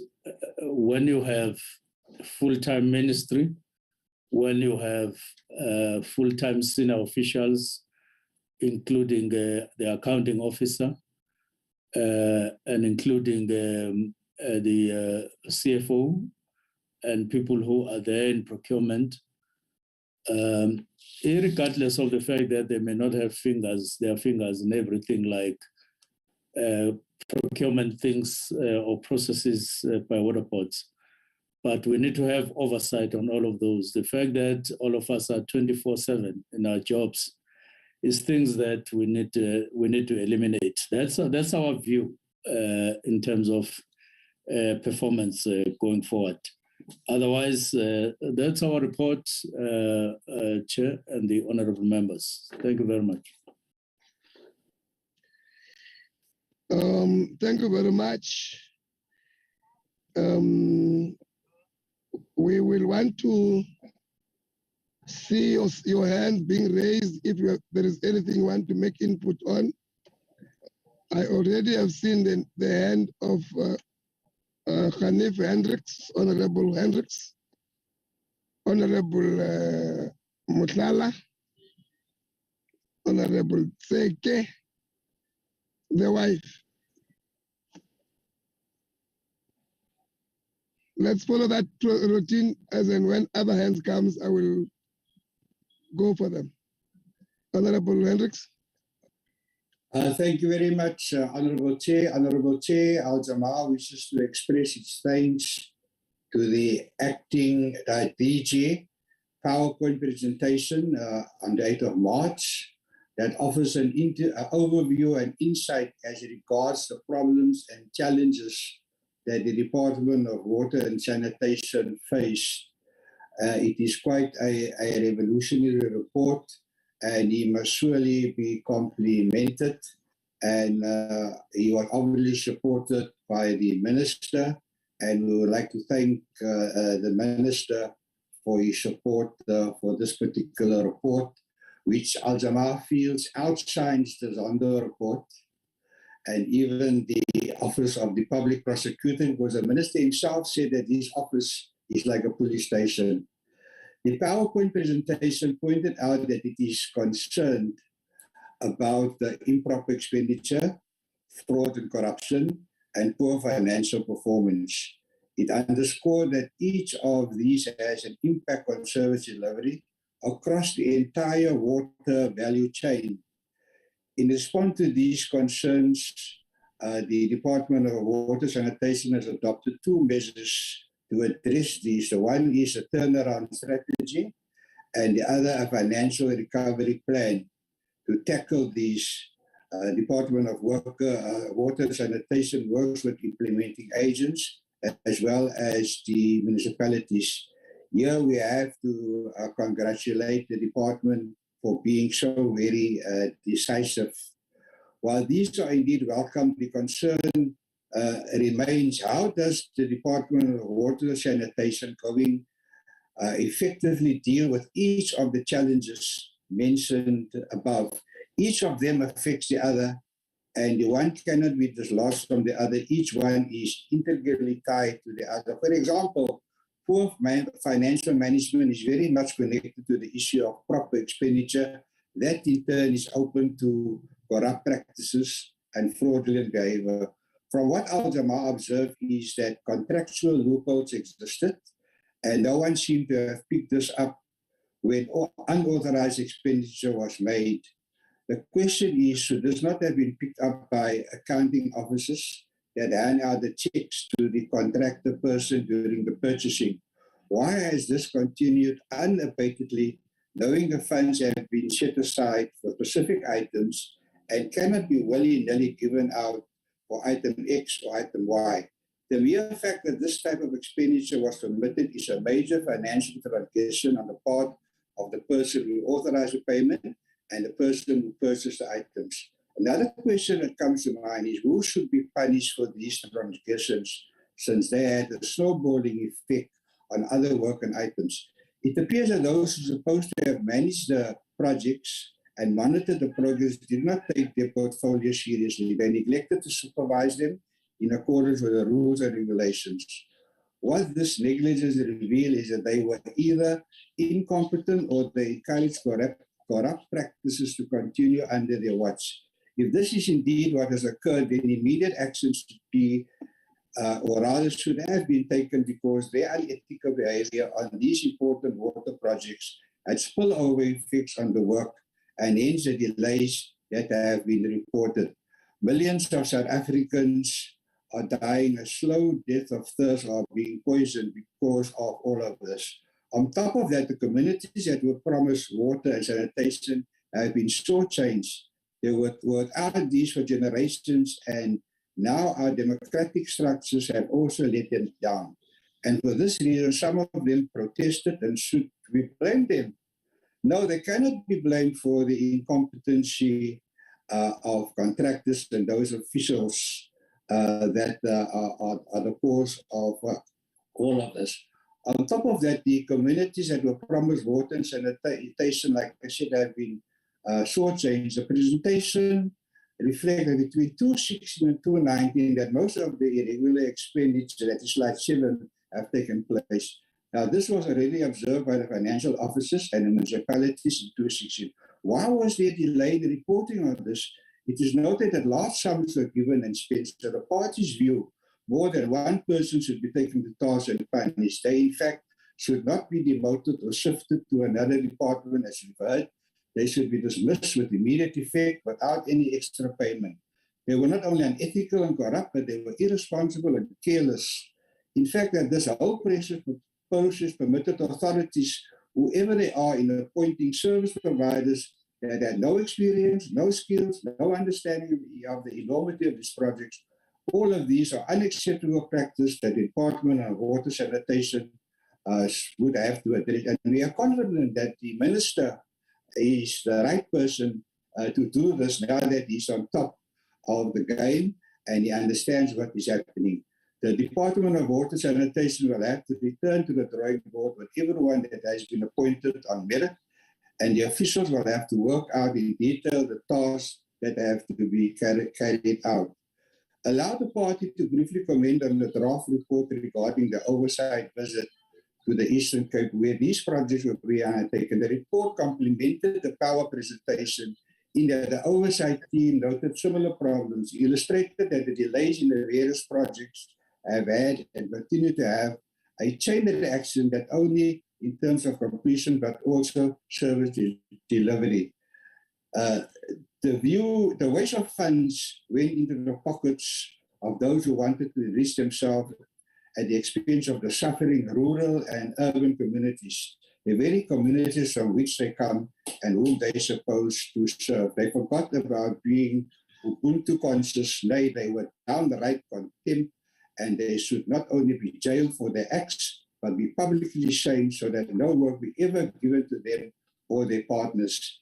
And here contractors and engineers must also share the blame. They are complicit in all of this if we read the report very carefully. So in conclusion, Honourable Chair, there should be no question regarding the quality of work produced, or the issue of competency should not be raised.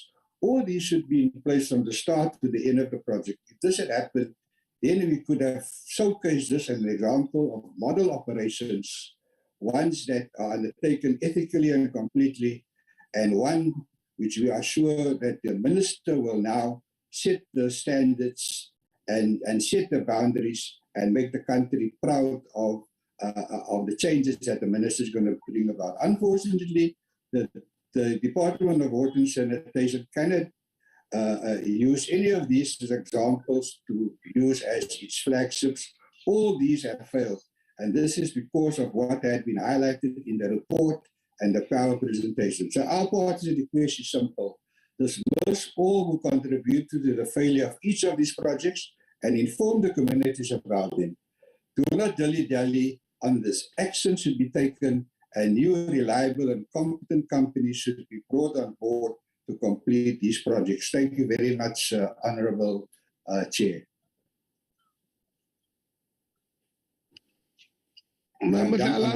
Thank you, Chair. Yes. No, Chairperson. Bagmatungwan, I know, I agree with you. We don't have to have these irregularities because we have CFOs, we have leadership in all departments. So we hope your statement, I agree exactly with your statement. We hope by the end of 2022, we will have a report from the department which doesn't have all those things. Irregularities is corruption, to be honest. When you hear, the irregularity, you hear all those things. Is just corruption. Hold on. Hendricks, switch off your mic, please. Hendricks, switch off your mic, please. Hendricks, switch off your mic. My mic is off. Who's mic? Who is speaking? It's Honorable Soposimo. Comrade, I'm so Yes, muted. No, it's not my mic. My mic is off. Where does the noise come from? Okay. Sorry, Yeah, so I was saying those irregularities are corruption. It's pure corruption. The wasteful expenditure, all those ones, they are corruption. It's just that we have termed them another name, which looks very fancy. And sometimes when you look at the name, you'll think that there's no corruption in this thing. It's just a pure corruption. So I agree with you. By the end of this financial year, I think we must have a clean department. Chairperson, the appointment of board members onto water boards has seen a number of allegations leveled against the former minister. The current minister is also facing allegation by the union in respect of Amatola water boards, dismissal and reappointment of certain board members. The issue of appointment of board members onto boards is still a challenge to the department. Will there be an internal investigation on appointment of board members at Amatola Water Board? Since the presentation is silent on mitigating risk associated with appointment of board members, how is the department addressing this to ensure the most qualified people in the sector sit on boards? Chair, secondly, the State Capture Reports, Volume 3, notes that Bosasa or an associated subsidiary company undertook water quality audit. Could the department provide more details on these allegations? Chair, is the department owing the SIU any money for investigations being undertaken? If so, what is the amount? Lastly, Chairperson, we have saw on the report when it was presented here that majority of the people of the cases were withdrawn. And really, I agree with the department. Cases were closed, cases were struck off the roll.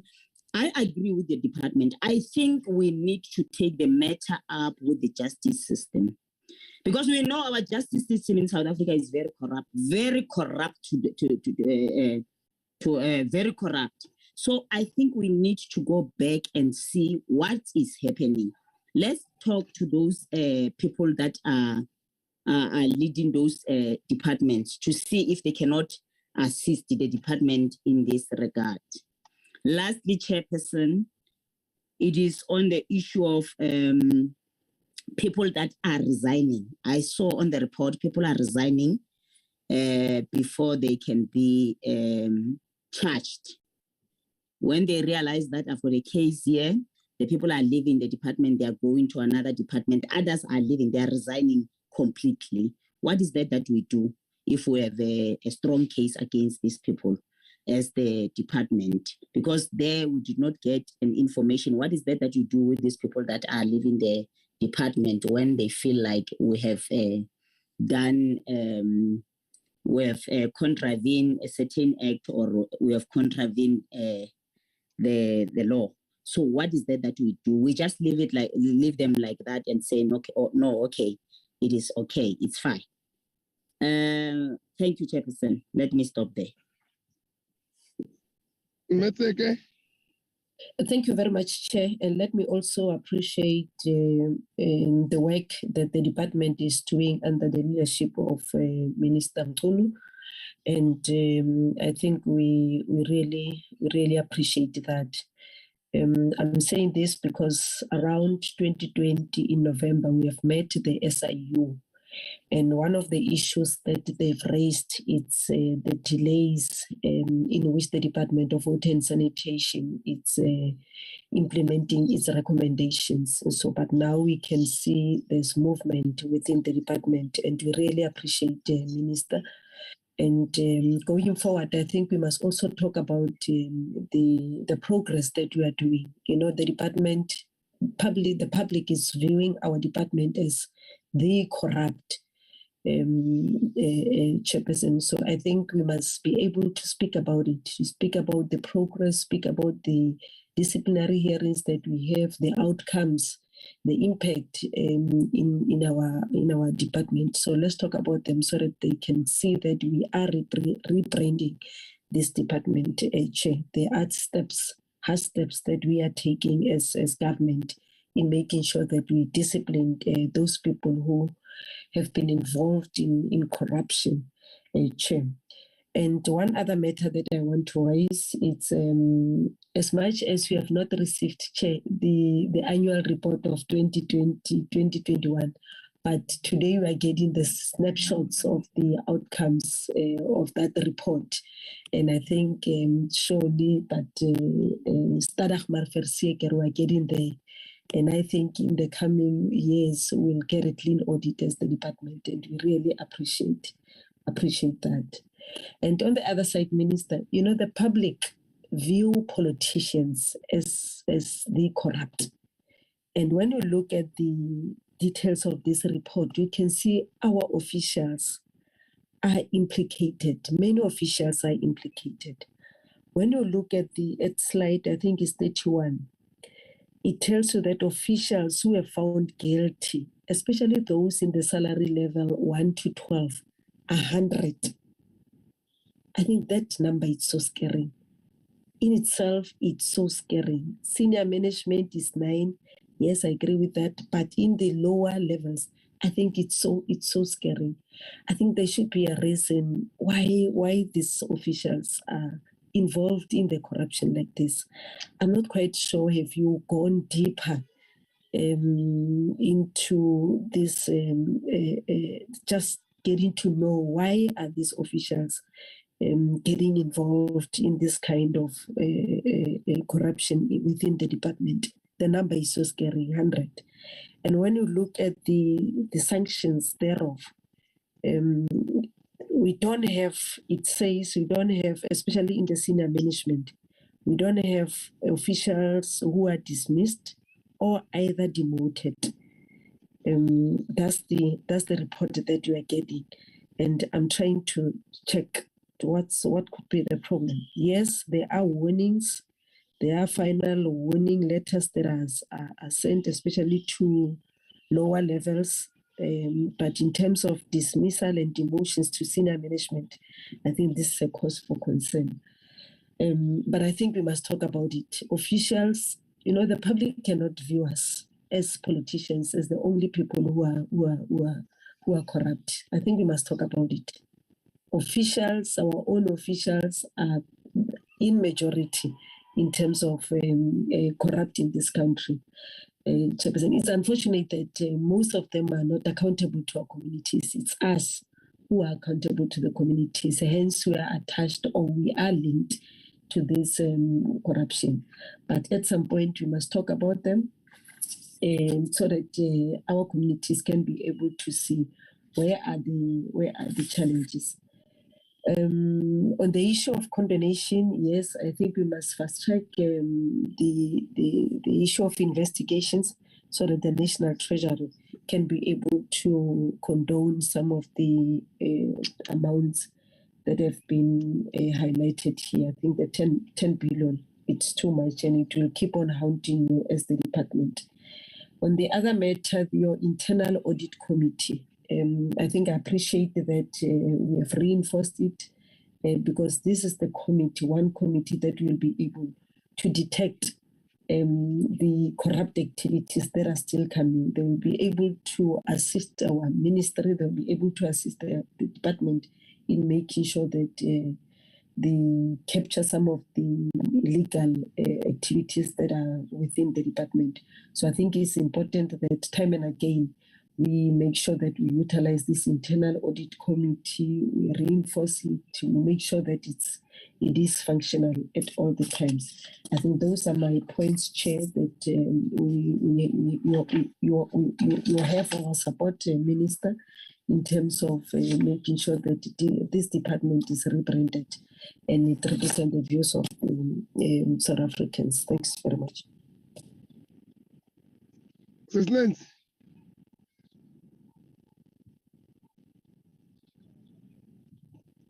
Nancy. Thank you. Thank you.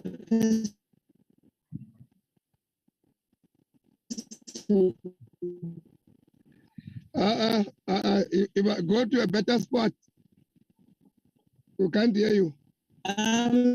Yes, Chair. Thank you very much. What? Nancy. Can you hear me? Yeah. Yeah, hello. you can talk. Yes, we hear you.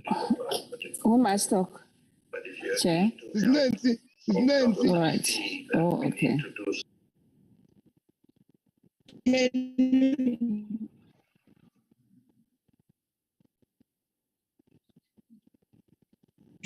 you hear me?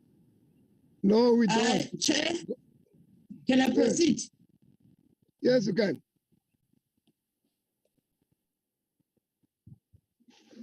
Proceed,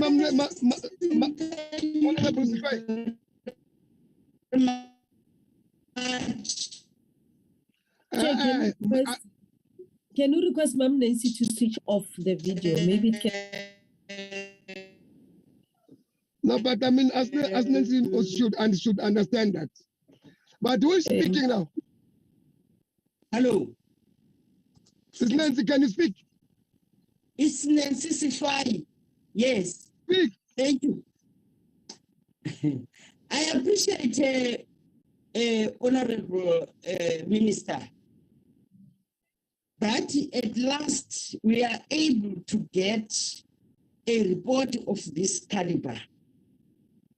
We've been requesting this report because of the cry of the people, the suspicion, the allegations that the department is labeled on, and some of the issues that we, as members of the committee, were able to pick in the process.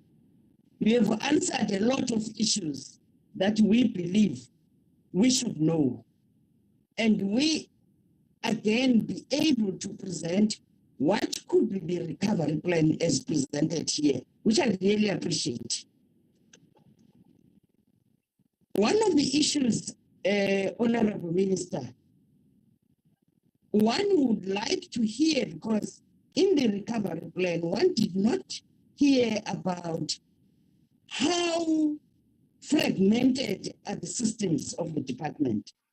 Because if the systems don't speak to each other, it's going to be a problem to pick fraudulent, irrecoverable, and irregular issues by different programs up to the high echelon, which is the ODG, no DDG. Government systems of the department must be well integrated to talk to each other.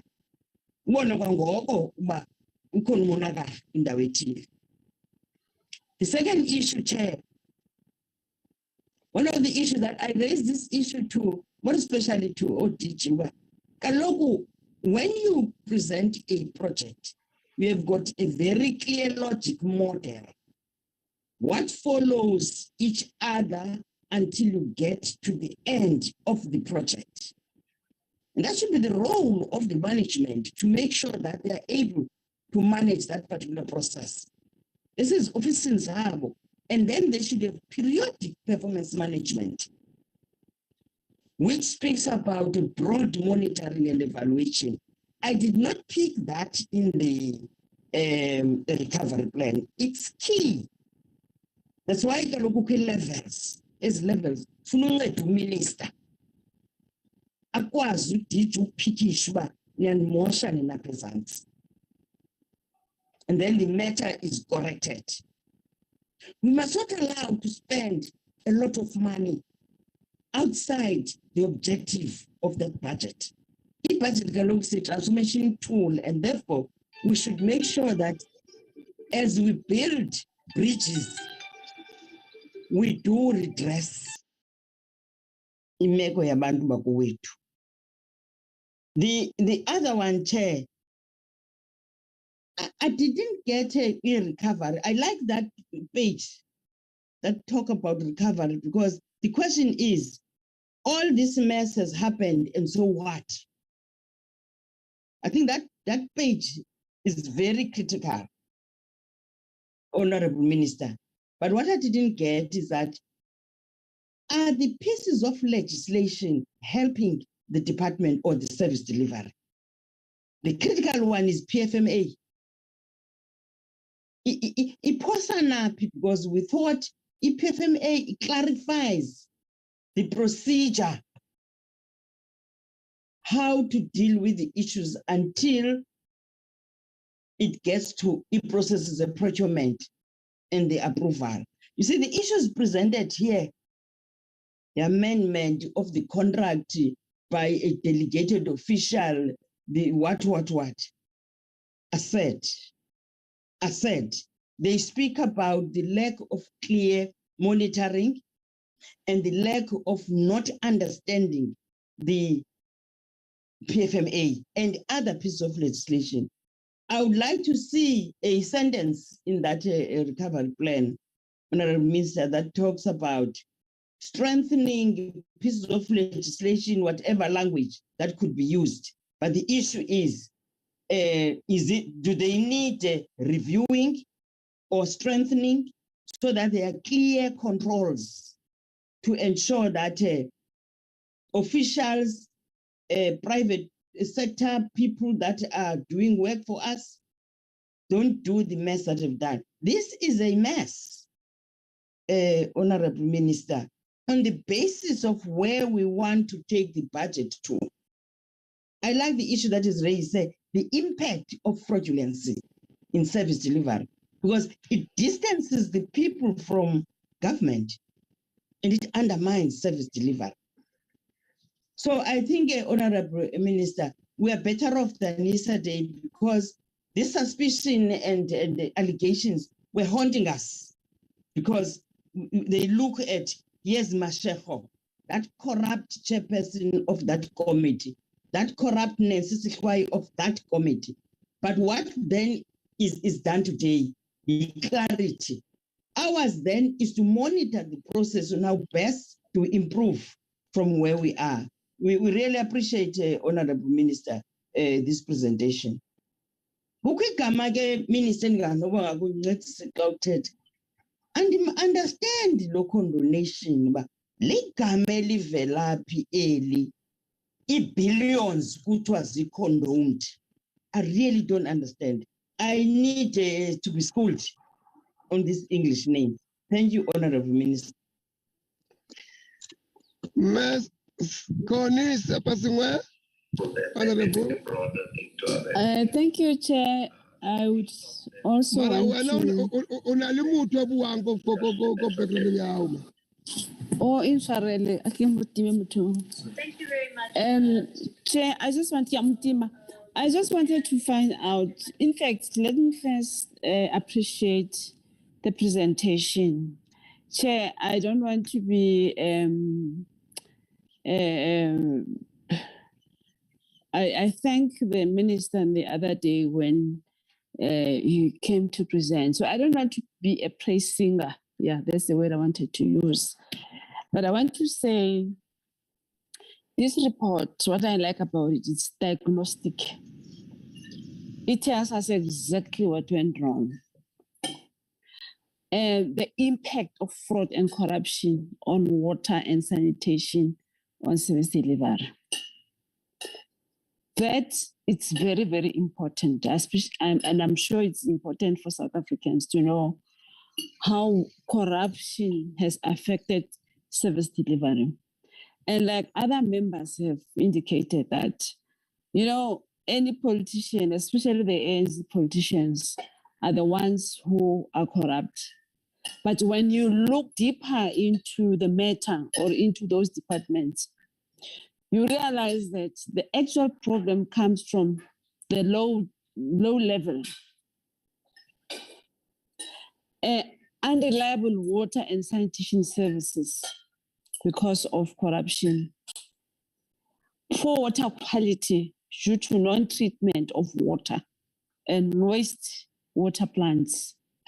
Inability to raise low-cost debt finance for investment in infrastructure. Inadequate investments in infrastructure, which will have an adverse impact in meeting the current and future increased demand for water services. And that alone gives the negative country outlook through credit rating agencies.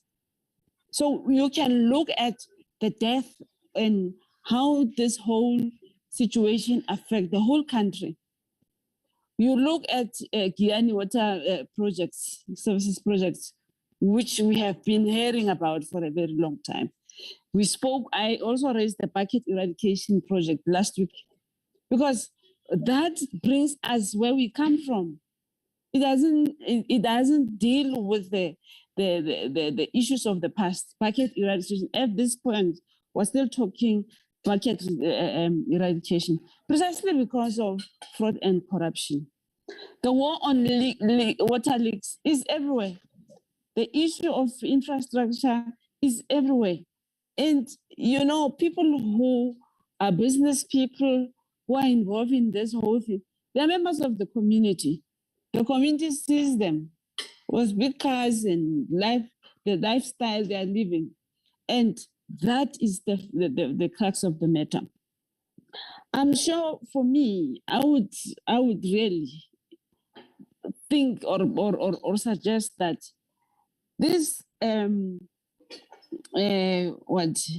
lifestyle auditing mustn't just end up at a higher level of the department on HOTs or on managers, but it must go deep because you'll see that somebody who's earning at the low level, they've got a different lifestyle from everyone. So I'm saying, Chair, I really appreciate this report, and we hope that even this, we can even see the implementation of the minister just said that it looks like a police station. Really, this is a disgrace, and it means we are people without conscience. To see our people still drinking with animals when there has been a budget allocated for the department. And the very people who are supposed to implement are the ones who are holding the countries down. So these are the points I wanted to raise. Thank you, Chair. Thank you, Ma'am Person. Minister, put us, your hand is still up, Seki. I'm sorry, Honorable Seki.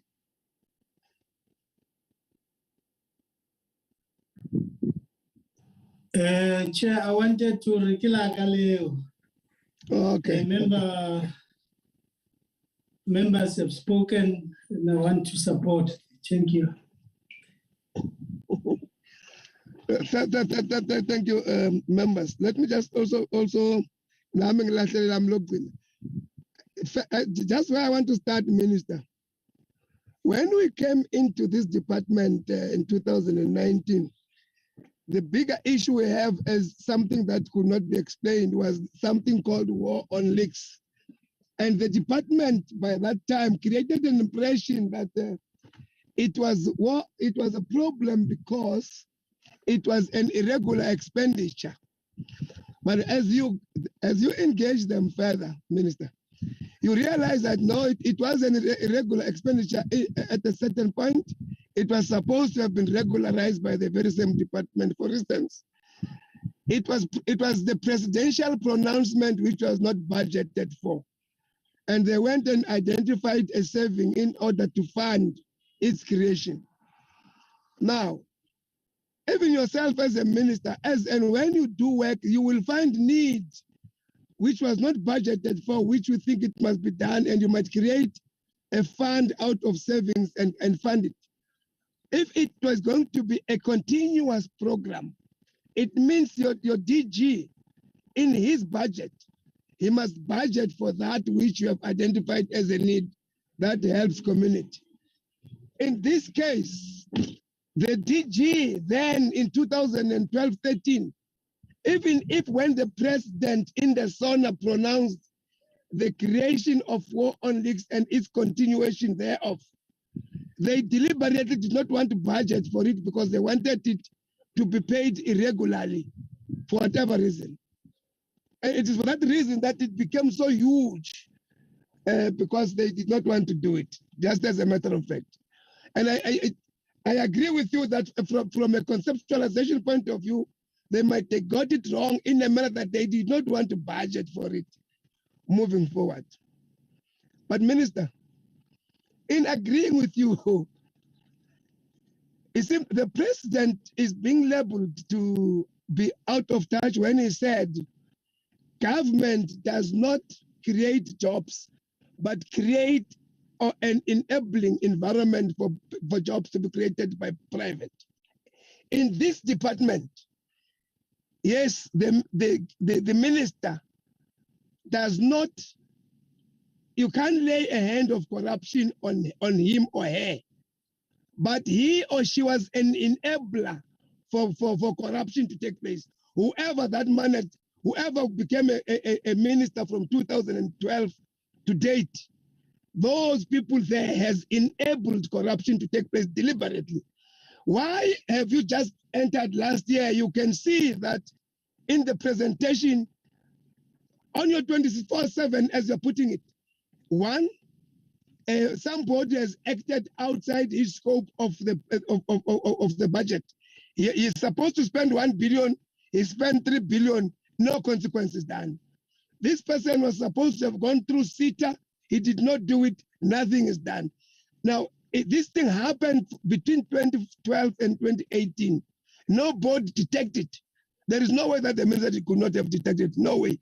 So the minister or the ministers who were in the process should be held accountable for having enabled corruption to take place in this department. Yes, the DG must also, and you will realize that in order to enable it to take place, the ministers did not want to appoint permanent DGs because a DG will have stopped it. But now, in the one acting, he is at the behest of the beholder. So the beholder dictates, and the behest must just follow. So that is enablement of corruption that I'm talking about. The CFO, they did not want to appoint full-time CFOs because CFOs will stop this rot. And I want to be just blunt about this thing, because this thing of us saying a rock is a chocolate, it will break our teeth the other day. So whilst I agree with the colleagues that are saying the corruption is below, us who are in executive and as ministers and deputy ministers are not are small. No, we are not. It is us who has opened the gate, and the people that entered the house, and we closed the gate at the back for them not to get out and be seen. It is us who did that. So we really need to take this responsibility and say, we did make a flaw. As we say, management must take place into the officials that did not act. Consequence must be, how did it happen? How come that we are at this situation when we have, Minister, as you're saying, a DG 24/7, a DDG 24/7, a CFO 24/7, the Minister 24/7, the Deputy Minister 24/7, and all these ministers that came in and out, the DGs, they could not, and of course I must pardon the DG department, because we have been crying of the appointment of the DG. We have never having one. The people that we found here who were acting DGs of the department, those of you who are here, you will agree with us that we find people who are DGs or acting DGs and acting DDGs with due respect, who did not cut the tie, but they were kept. Now, the Mamukala is raising the point which she says there are boards who were dismissed and the present minister is being blamed. I don't want to answer for him, but the reality of the matter is there were board members who were board members for convenience purposes who have got no understanding and appreciation of the work they're supposed to do. Those are the ones that when you remove them, they take you to court. Remember, board members are advisory people to the minister, not to the department or to parliament, to the minister.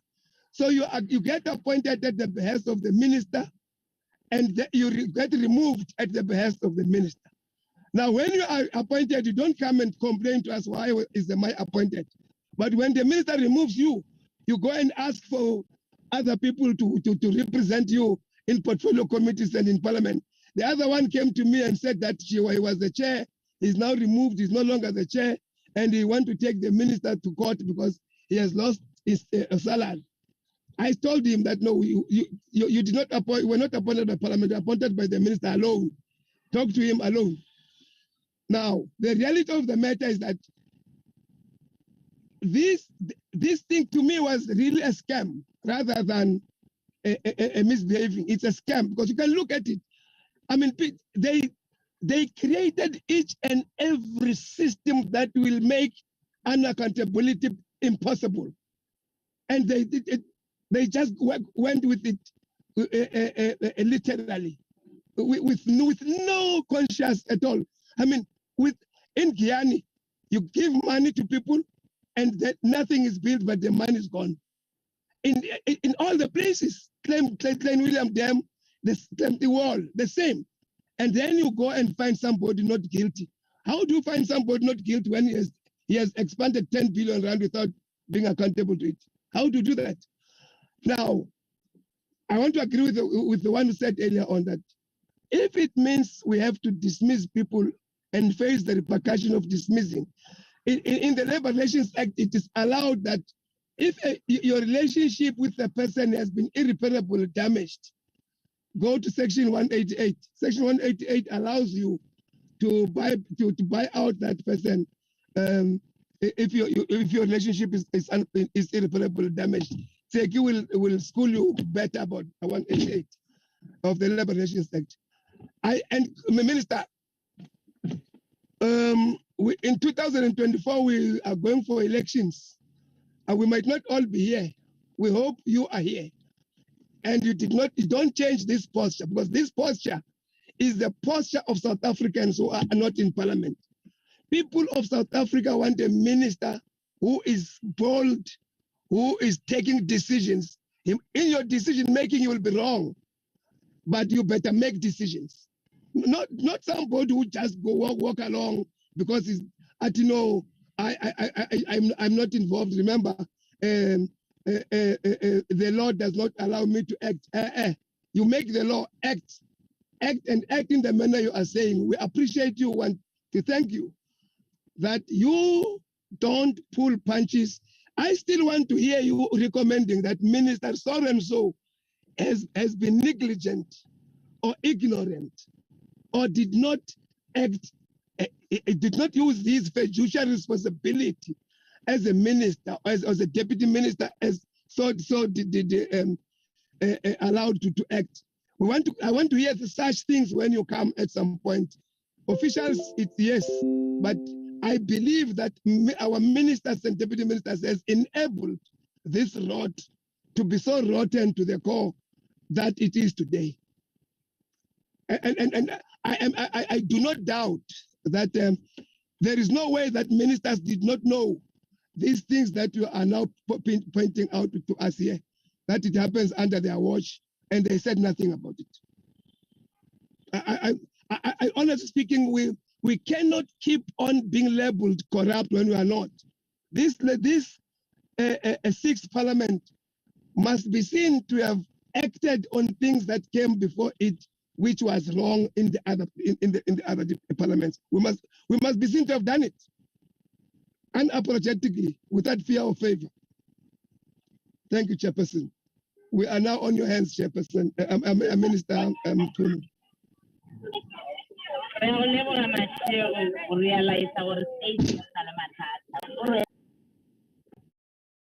Mhlala ubulethi.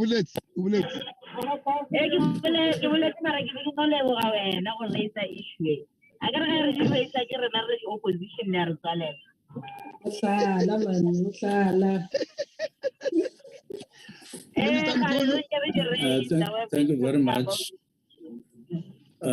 Thank you very much, Chair, and the honorable members of the Portfolio Committee. I will just touch on a few issues. In the main, the presenter will respond, and he, if allowed, could be assisted by his colleagues. Let me just take a few. One, this issue of corruption. I want to agree with all of you as members of the Portfolio Committee, and to say it's quite a breath of fresh air that members of the Portfolio Committee, all alike, led by you as Honorable Chair, are putting so much emphasis on the need for us to not only to fight corruption, but to do so with a clear realization that at some point, South Africa's public sector, in particular, got too much into corruption, such that we almost breathe and leave it. At times, you could be tempted to say, without even feeling that you are being corrupt, you think that it's the way of doing things, and there's no other way. It is the only thing. It is the only way of doing things. Having said this, and therefore to say we are one, we are committed to really fighting corruption to the best of our ability, including where we are, while working with the members of the Portfolio Committee, as it were. Let me start with the war on leaks, which you commented on, Chair, and say, yes, in some cases, there are needs that are identified. In some cases, emergencies that are identified, especially in water and sanitation. It's not possible to not become all of a sudden aware that such and such a community is hungry for water and so on. But the problem that we create is when you become aware of a need or an emergency, and then you immediately don't follow procedure. You don't follow any process, even on an emergency basis, because there are laws and regulations that govern that. There's none that say, just because it's an emergency, do things unprocedurally, because there's a procedure even for emergencies. There's a procedure even on things that are needs. But contrary to that, when you go on to appoint people, you allocate a budget, you do all sorts of things, you establish a unit. Surely, let's agree, it can't all be emergency, despite the need being there. But you need to be aware as you move with these things that you are being unprocedural instead of being procedural, and you are out of the regulatory framework, and therefore you would be out of accountability. I mean, if we could present the report of our internal audit on this particular program, you would see that it ceased to be an emergency. It became just a process or a program which should have followed procedure by all means. Now, having said this, I also want to proceed to ministries as enablers. I agree with you, Chair, 110%. And also add that there's no minister and there's no deputy minister, there's no mayor, there's no MEC who alone become corrupt. They are corrupt together with officials, and even corrupt with the unionized officials. Even the most progressive unions, to some extent, some of the most vocal unions against corruption, you will find that some of their members would have been involved in corruption. And therefore, we need to realize and internalize this, that there is corruption and we need to confront it by all means. And therefore, ministers and deputy ministers and MECs and mayors and so on, councillors, need to be warned and confronted when they are enablers, even if when they say they were not aware, they still need to be confronted, because ultimately you can't have R1 billion belonging to the public disappearing and then you say you are not aware. That should be the issue itself, that you were not aware. And therefore, it's an unexcusable issue altogether. Now, having said this, let me go to Amatola. I noted what Honorable Moshala is saying about allegations.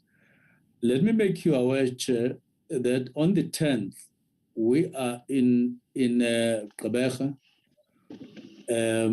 The first part of the day up until about 12:30, from about 9:30, we are dealing with Amatola Water Board as ministry and as department.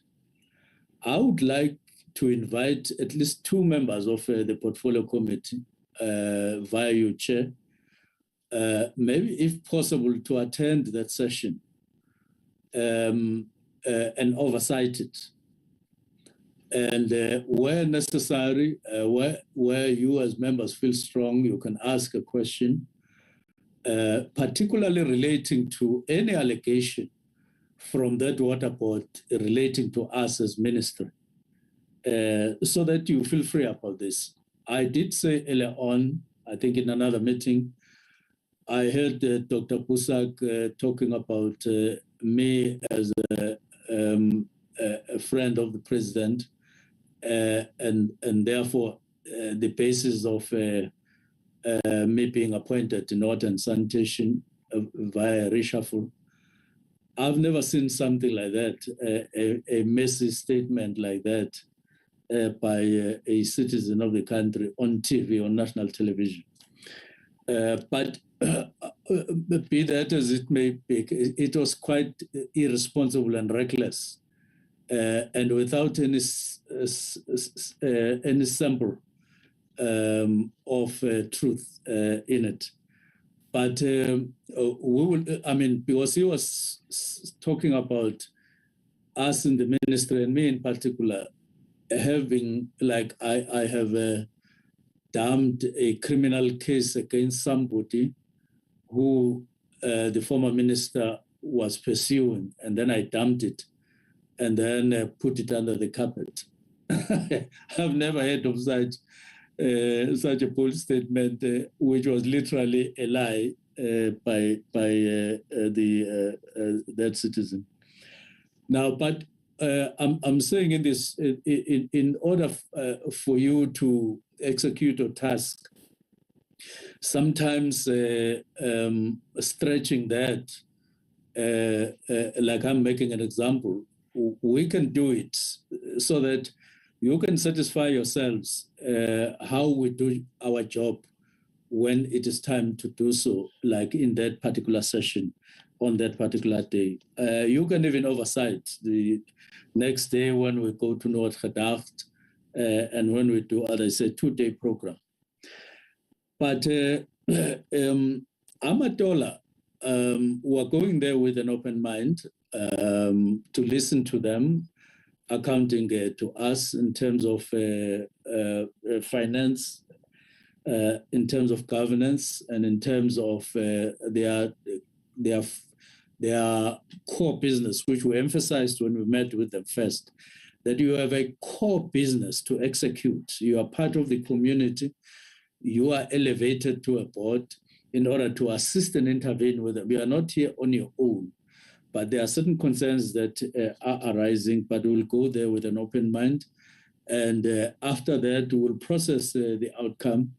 And where necessary, we will take a decisive action, but we are very concerned about that board sitting here. So any allegation against the ministry that comes from them as a board or management, because we'll also meet labor, management will be part of the our meeting with the board, and therefore you can oversight that, Chair.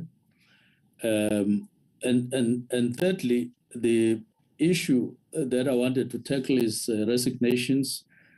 Even if a person resigns, as long as there is criminality, the only stop sign against such a fellow, even though that one not completely, is when a person dies.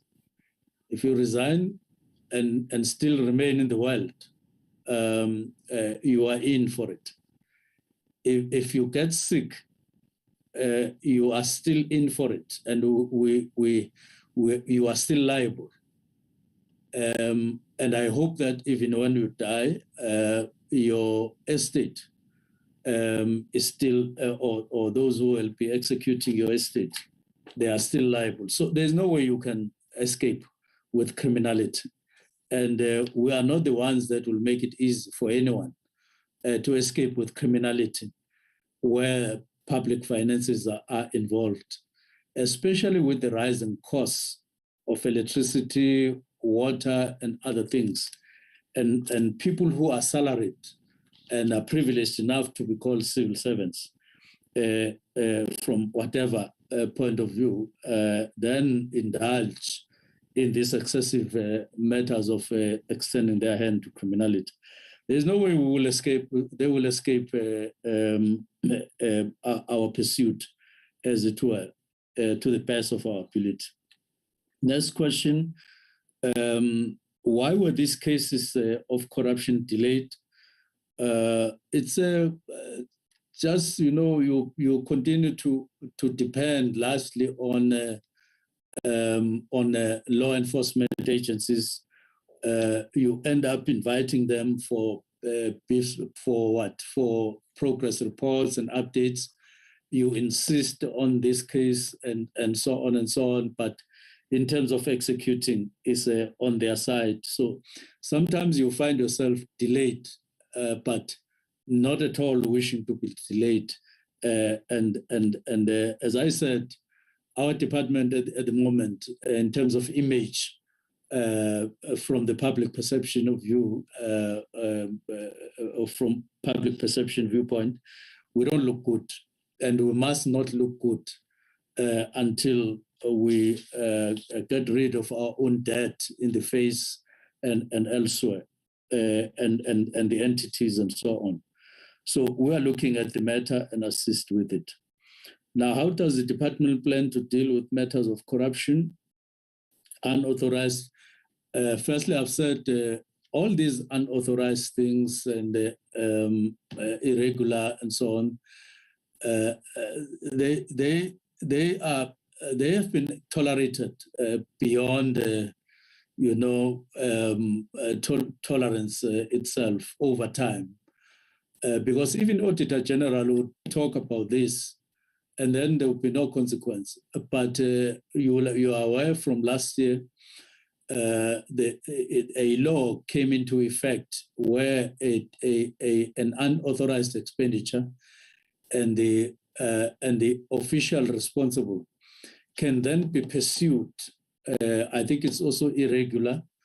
Can then be personally pursued in terms of consequence management with regard to that. Unlike before, where even if you were obviously unauthorized and then it led to an expenditure in an outright irresponsible way, totally, you can see where funds went to. But it ends up like that, you talking and so on, and the person can be reshuffled to another section or something like that. Not this time. So we are now in ministries allowed and government is allowed to pursue an official who is responsible in terms of the law that came into effect. I think it was April last year. So we are prepared to pursue all of those and to pursue. And one thing I noticed about some of these corruption cases, because unauthorized, irregular, and all of that are by and large, if not totally, they are corruption cases. They are driven by greed, and they are driven by the fact that officials or even those who supervise them become aware that they can indulge on those things, and then they do, and then it comes in the form of irregular and unauthorized. And if you look at the regulations that authorize any other expenditure other than properly budgeted for, there's no need for unauthorized expenditure. There's no need for irregular expenditure at all. It should be zero. So therefore, our message is very clear to the accounting officer. I spent some time with the accounting officer before he started and went through a number of issues of conduct on the side of the accounting officer and our expectations. We're still going to go through with finance now that we have a head who is substantively appointed to say, these are the do's, these are the don'ts when you are head of finance in a department. And that is still coming so that we have an agreement going forward on these matters. So we are prepared to up the stakes as far as accountability is concerned overall. Then there is another question. Will there be investigation on board appointments? For instance, Amadola, one of the things that we did when we got in and had an engagement with Amadola, the first one last year, we found many allegations. Some of them would make you want to smoke, even when you don't smoke. But just wanting, some cool off, even if it's 10 minutes. You get there, the board gets appointed within 3 months. There are allegations from one of the members of the board against the chair, and then the chair gets removed. And then there's supposed to be an investigation, but then before there's any outcome, the chair is called back, but no longer as chair, but as an ordinary member of the board. And he joins there and assists there. And then you say, so why were you removed in the first place? And then when you came back, why didn't you come back to chair but instead came back and to be an ordinary member. How do you explain that yourself? And when we made some preliminary investigations ourselves, we found that the fellow was not even supposed to have been appointed in the first place, because there was something despicable. And we wrote a letter to say,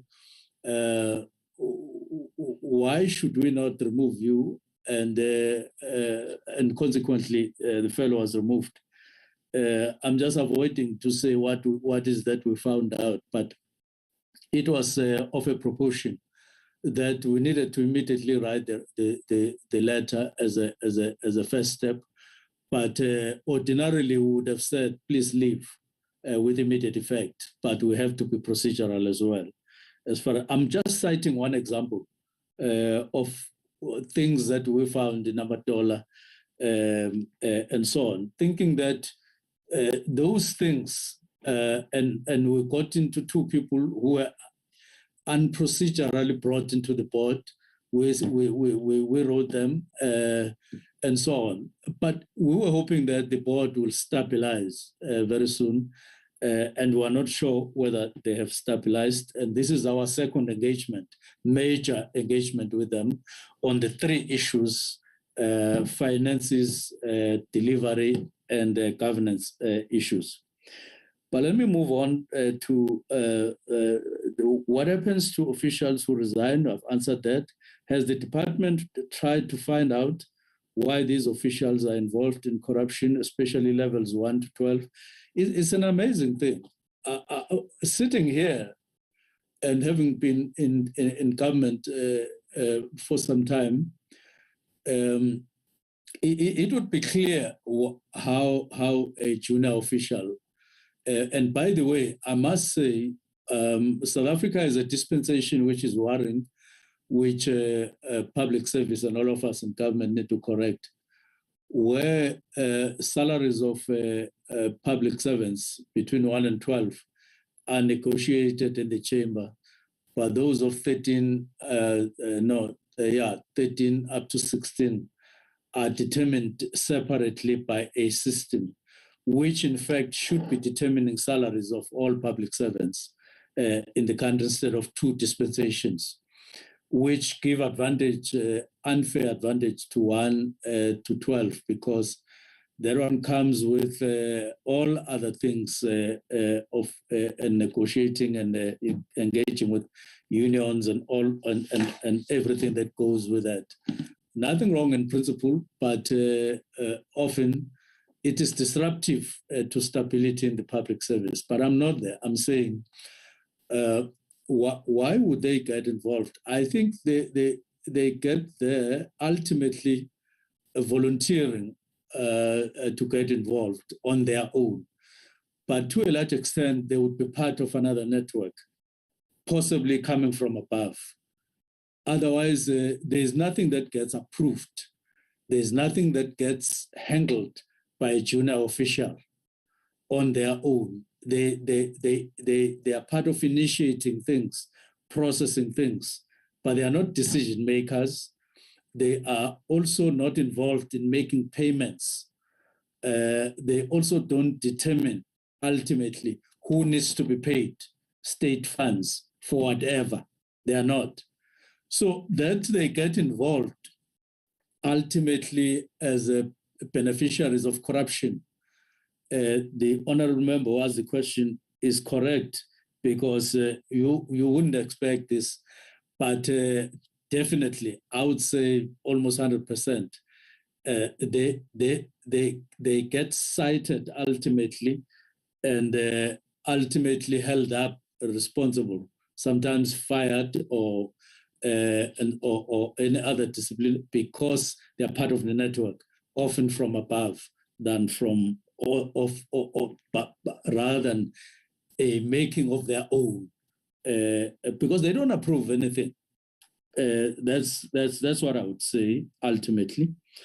And then the next question would be why the sanctions of top officials from level 13 are less heavy. is a question that needs chewing by all of us. Part of it would be what I'm saying, maybe more clever or what, but at the same time, not in all cases do they get proven to be clever and so on. And we also have to tighten screws and oversight by ministries.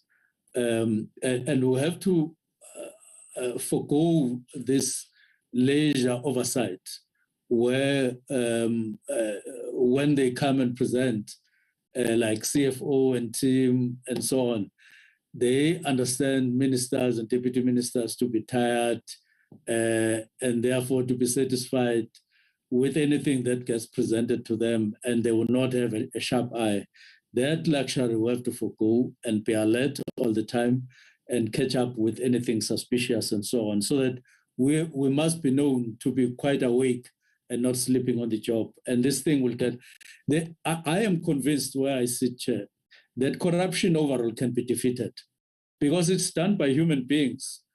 And if we allow a few officials to be corrupt with success, they will then multiply this tendency or this practice, and they will know that it is possible to escape with it. But if you fight them, you take them up, you make them face consequences, the few that are bad apples will cease to influence public service and a negative perception to all of us. And I know one thing about corruption. You can't massage it and hoping that it represents a fight. You can't do otherwise. You have to, a fight is a fight, and it has to be like that. It can't be by any other means when it comes to corruption. You just have to fight it. And very often when you fight, it shows that you are fighting.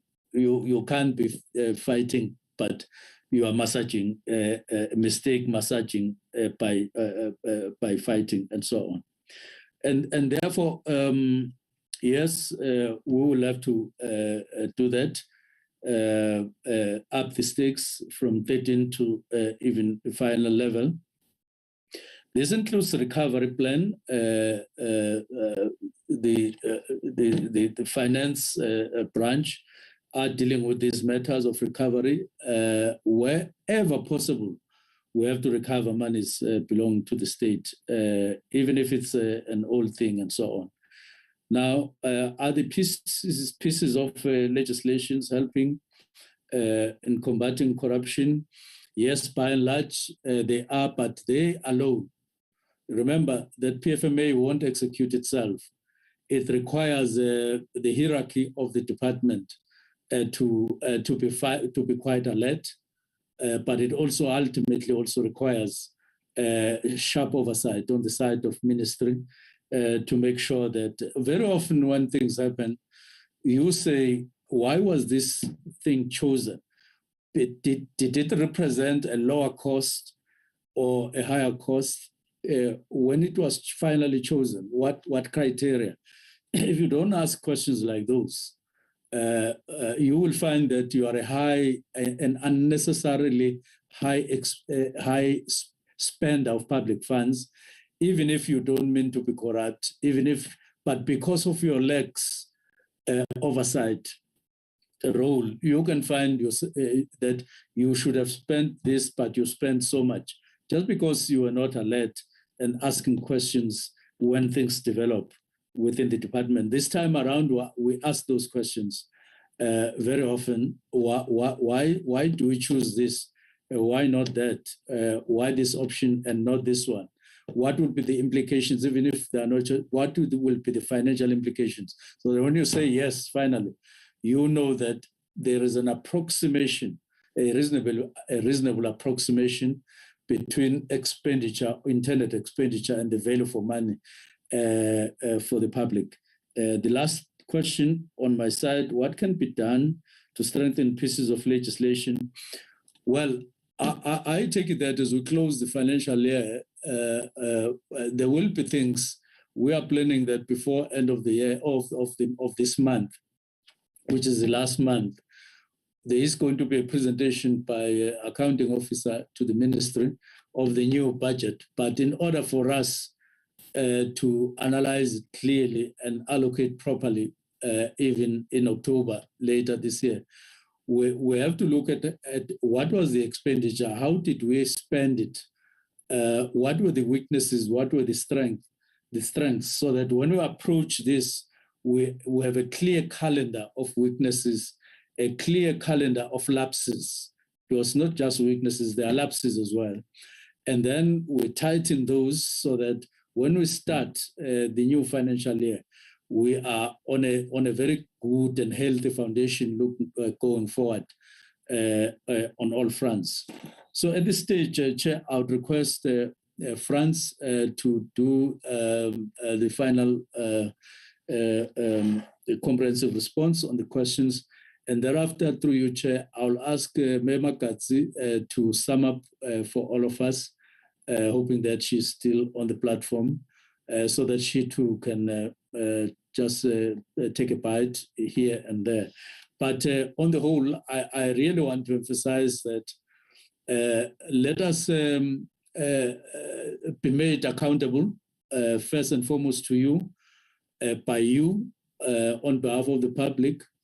We are not afraid to face you in the eye as a portfolio committee. We are not afraid to answer difficult questions. We are not afraid to really go all the way in terms of, and to learn even new things in terms of accountability, so that we run a department that you yourselves can feel very responsible and really proud that you are doing your job and that you are not making us run away with anything in terms of accountability. With that, thank you very much, Chair. Thank you, Chairperson. Thank you, Minister. And thank you for reminding. Sorry, my apologies. No, remember, a minute. The Minister said she is allowing Mema Gazi to speak. Yes. Well, I was saying, Chair, I'm requesting that Franz respond to the remainder of the questions as a presenter, and then Mema Katsi can then sum up in 1 or 2 minutes. Okay. Yes, thank you. I'm sorry, I'm sorry, I did not hear. Thank you very much, Chairperson and Minister. I was saying, thank you for reminding us of the amended Public Audit Act around the issues of material irregularity. That is correct, that officials who are held personally liable for this improper expenditure and losses, they will be pursued, and also that they will be held personally accountable for these losses. And that takes me to the response to Member Hendricks around poor financial management and accountability. I think that is the plan that we are working towards, as also directed by a Minister, that we shouldn't be having this tolerance of poor financial administration in the organization. That also relates to those incidents that we have reported earlier on, that there's zero tolerance of those. So we do take that to heart the issues around financial management is part of our improvement plans. And non-performing contractors, that we also agree, Member Hendricks, that it's a matter that we are also working on through the procurement regulations, that if we have any of these contractors that are not performing, that there is a process that is also legislated, such as a blacklisting these contractors, which we have done. We have written to Chief Procurement Officer in some of these incidents.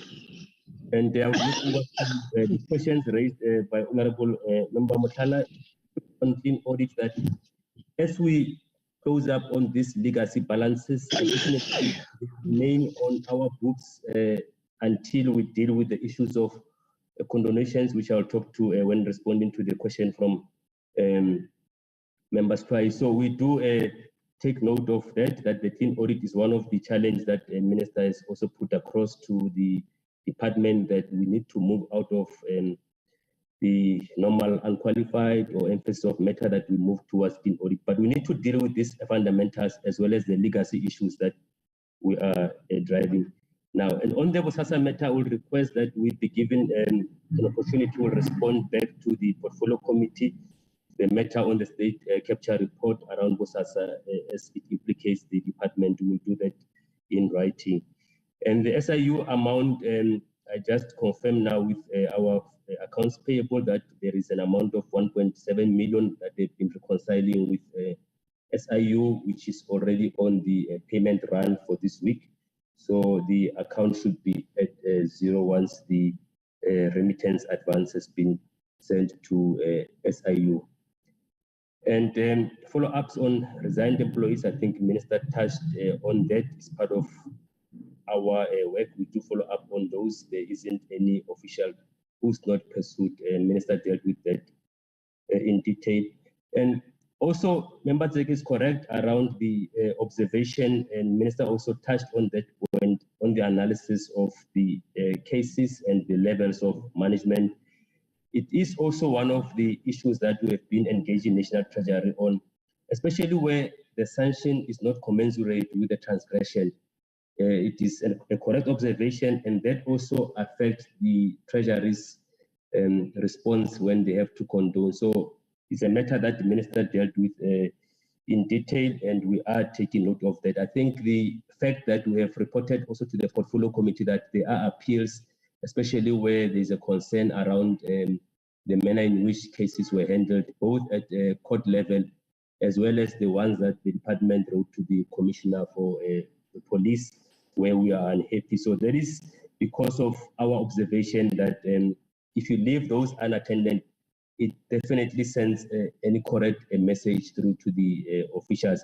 The tone of at the top must really direct the other levels within the organization. And the other question I think I will touch on is the recovery plan. Minister did touch on that. We do constantly look at the recovery plan and the turnaround plan. I do acknowledge that perhaps we did not come out strong, elaborate on other matters such as the project.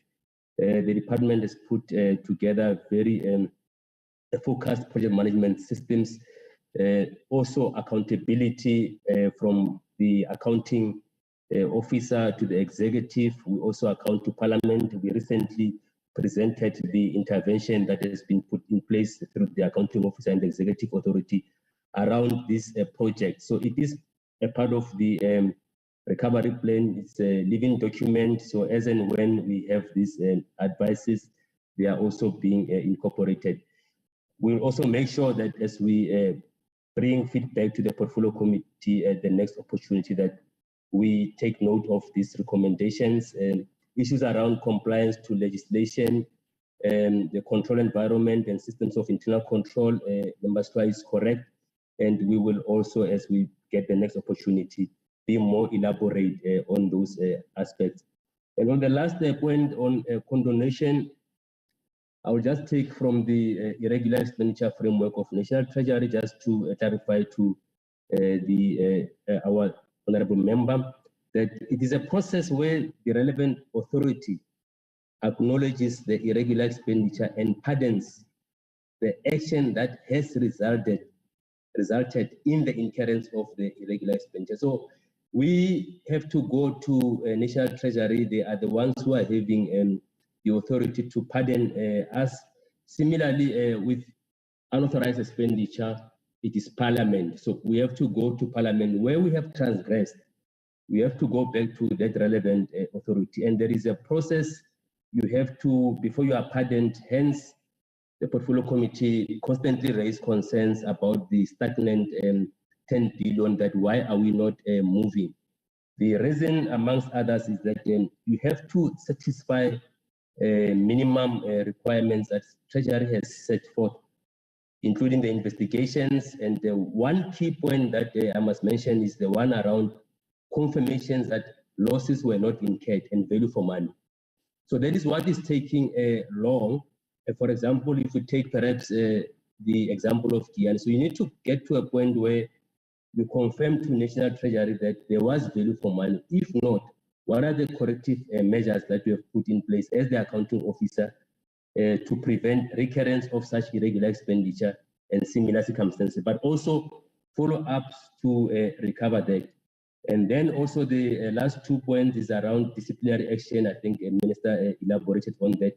So you have to pursue those until the last stages. And then there's also the ones around the police service, where you have to make sure that those irregular expenditures referred to the South African Police Service are also brought to finality. So Chairperson and Minister, thanks. That is just the response to areas where Minister did not cover, and then where we have not responded, like I said, we will do that in writing to the portfolio committee. Thank you.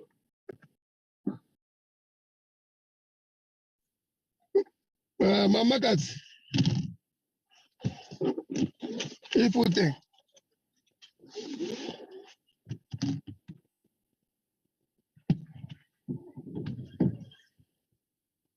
Ayo. Okay. Ayo, check ukumesina.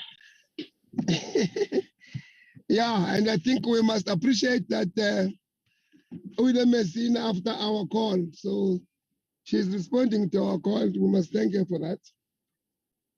Yeah, the assumption I'm making is that we are through with the report by the department.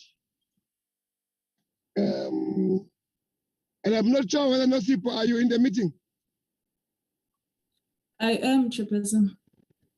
Where are we now after this report? It's your closing remarks, Chairperson. Oh, okay. The assumption I'm making is that we all we have received the report. Yes.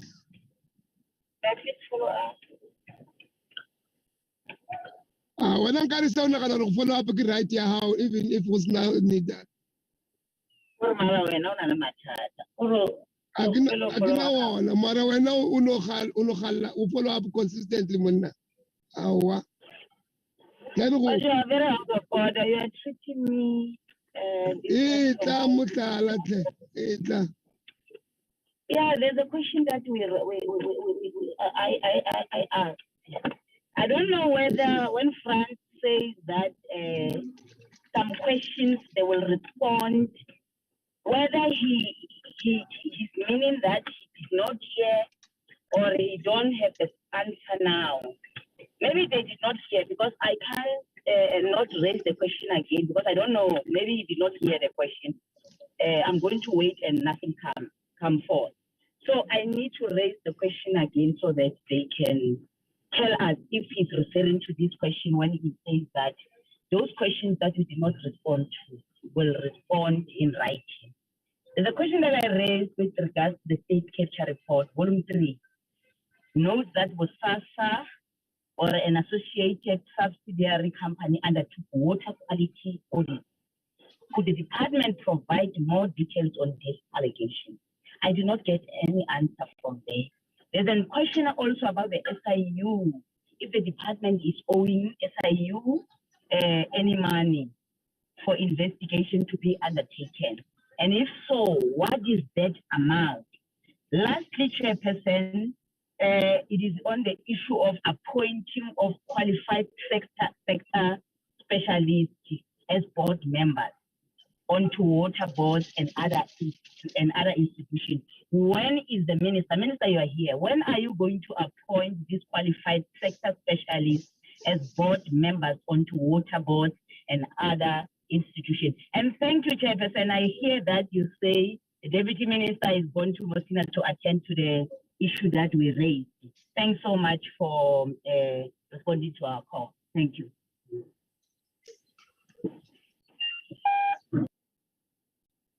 Can we hear acting DDG? Thank you, Chairperson. Yes, I did indicate that on the Bosasa matter, the state capture report, that I requested that the department be given opportunity to respond in writing, that we will confirm and substantively report. So that is the one member Mutala is correct.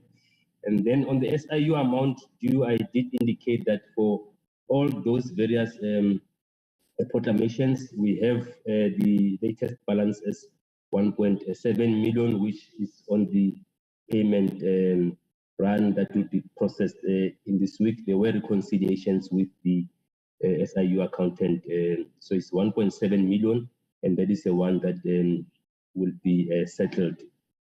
So the Bosasa State Capital Report, that is correct, will be responding in writing. Thank you.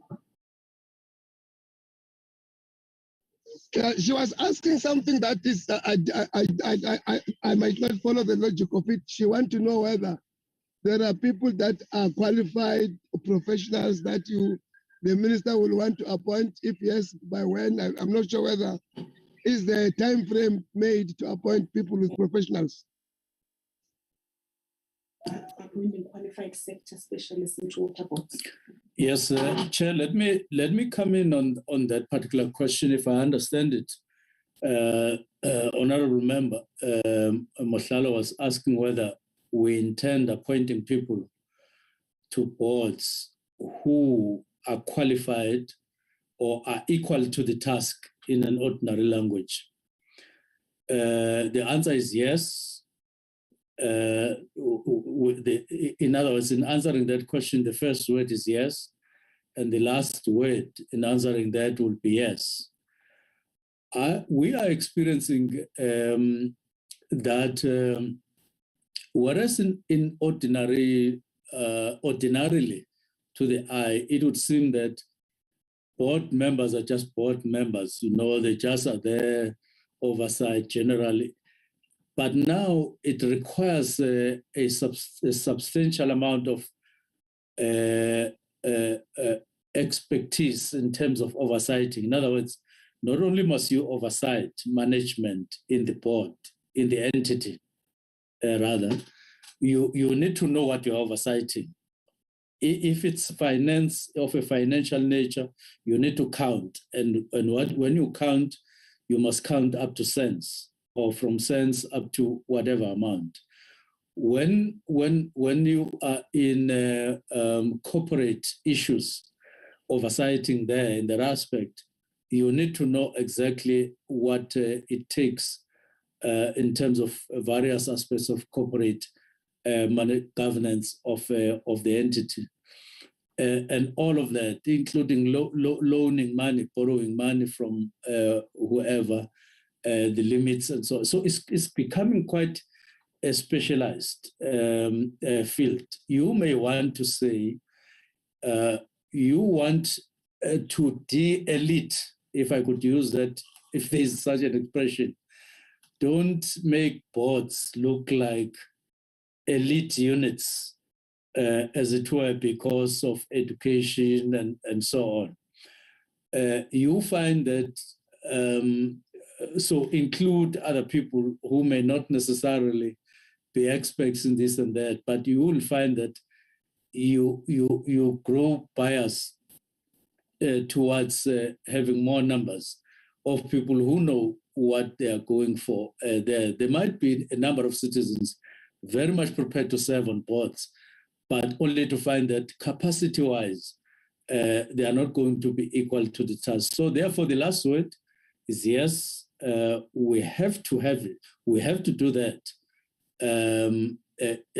First in management positions in boards or in entities, but also when it comes to boards, if we want South Africa to go, that is the route to go. There's no other. Thank you.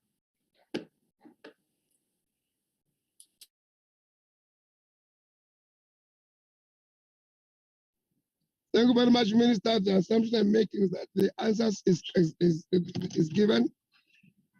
Surely, Mamtala will get the written response, as you said. But I must thank the honesty of the discussions, and I think we need to grow to be so blunt and honest on each other. Things that we think is doable, we must say. Things that are difficult to do, we must say, because when we leave the meeting, an impression must not have been created that there are things that are hidden under the carpet for political expediency. We have grown out of that. We are now members of parliament. We need to represent the people of South Africa, not only the parties we are coming from. With that in mind, the meeting is so adjourned.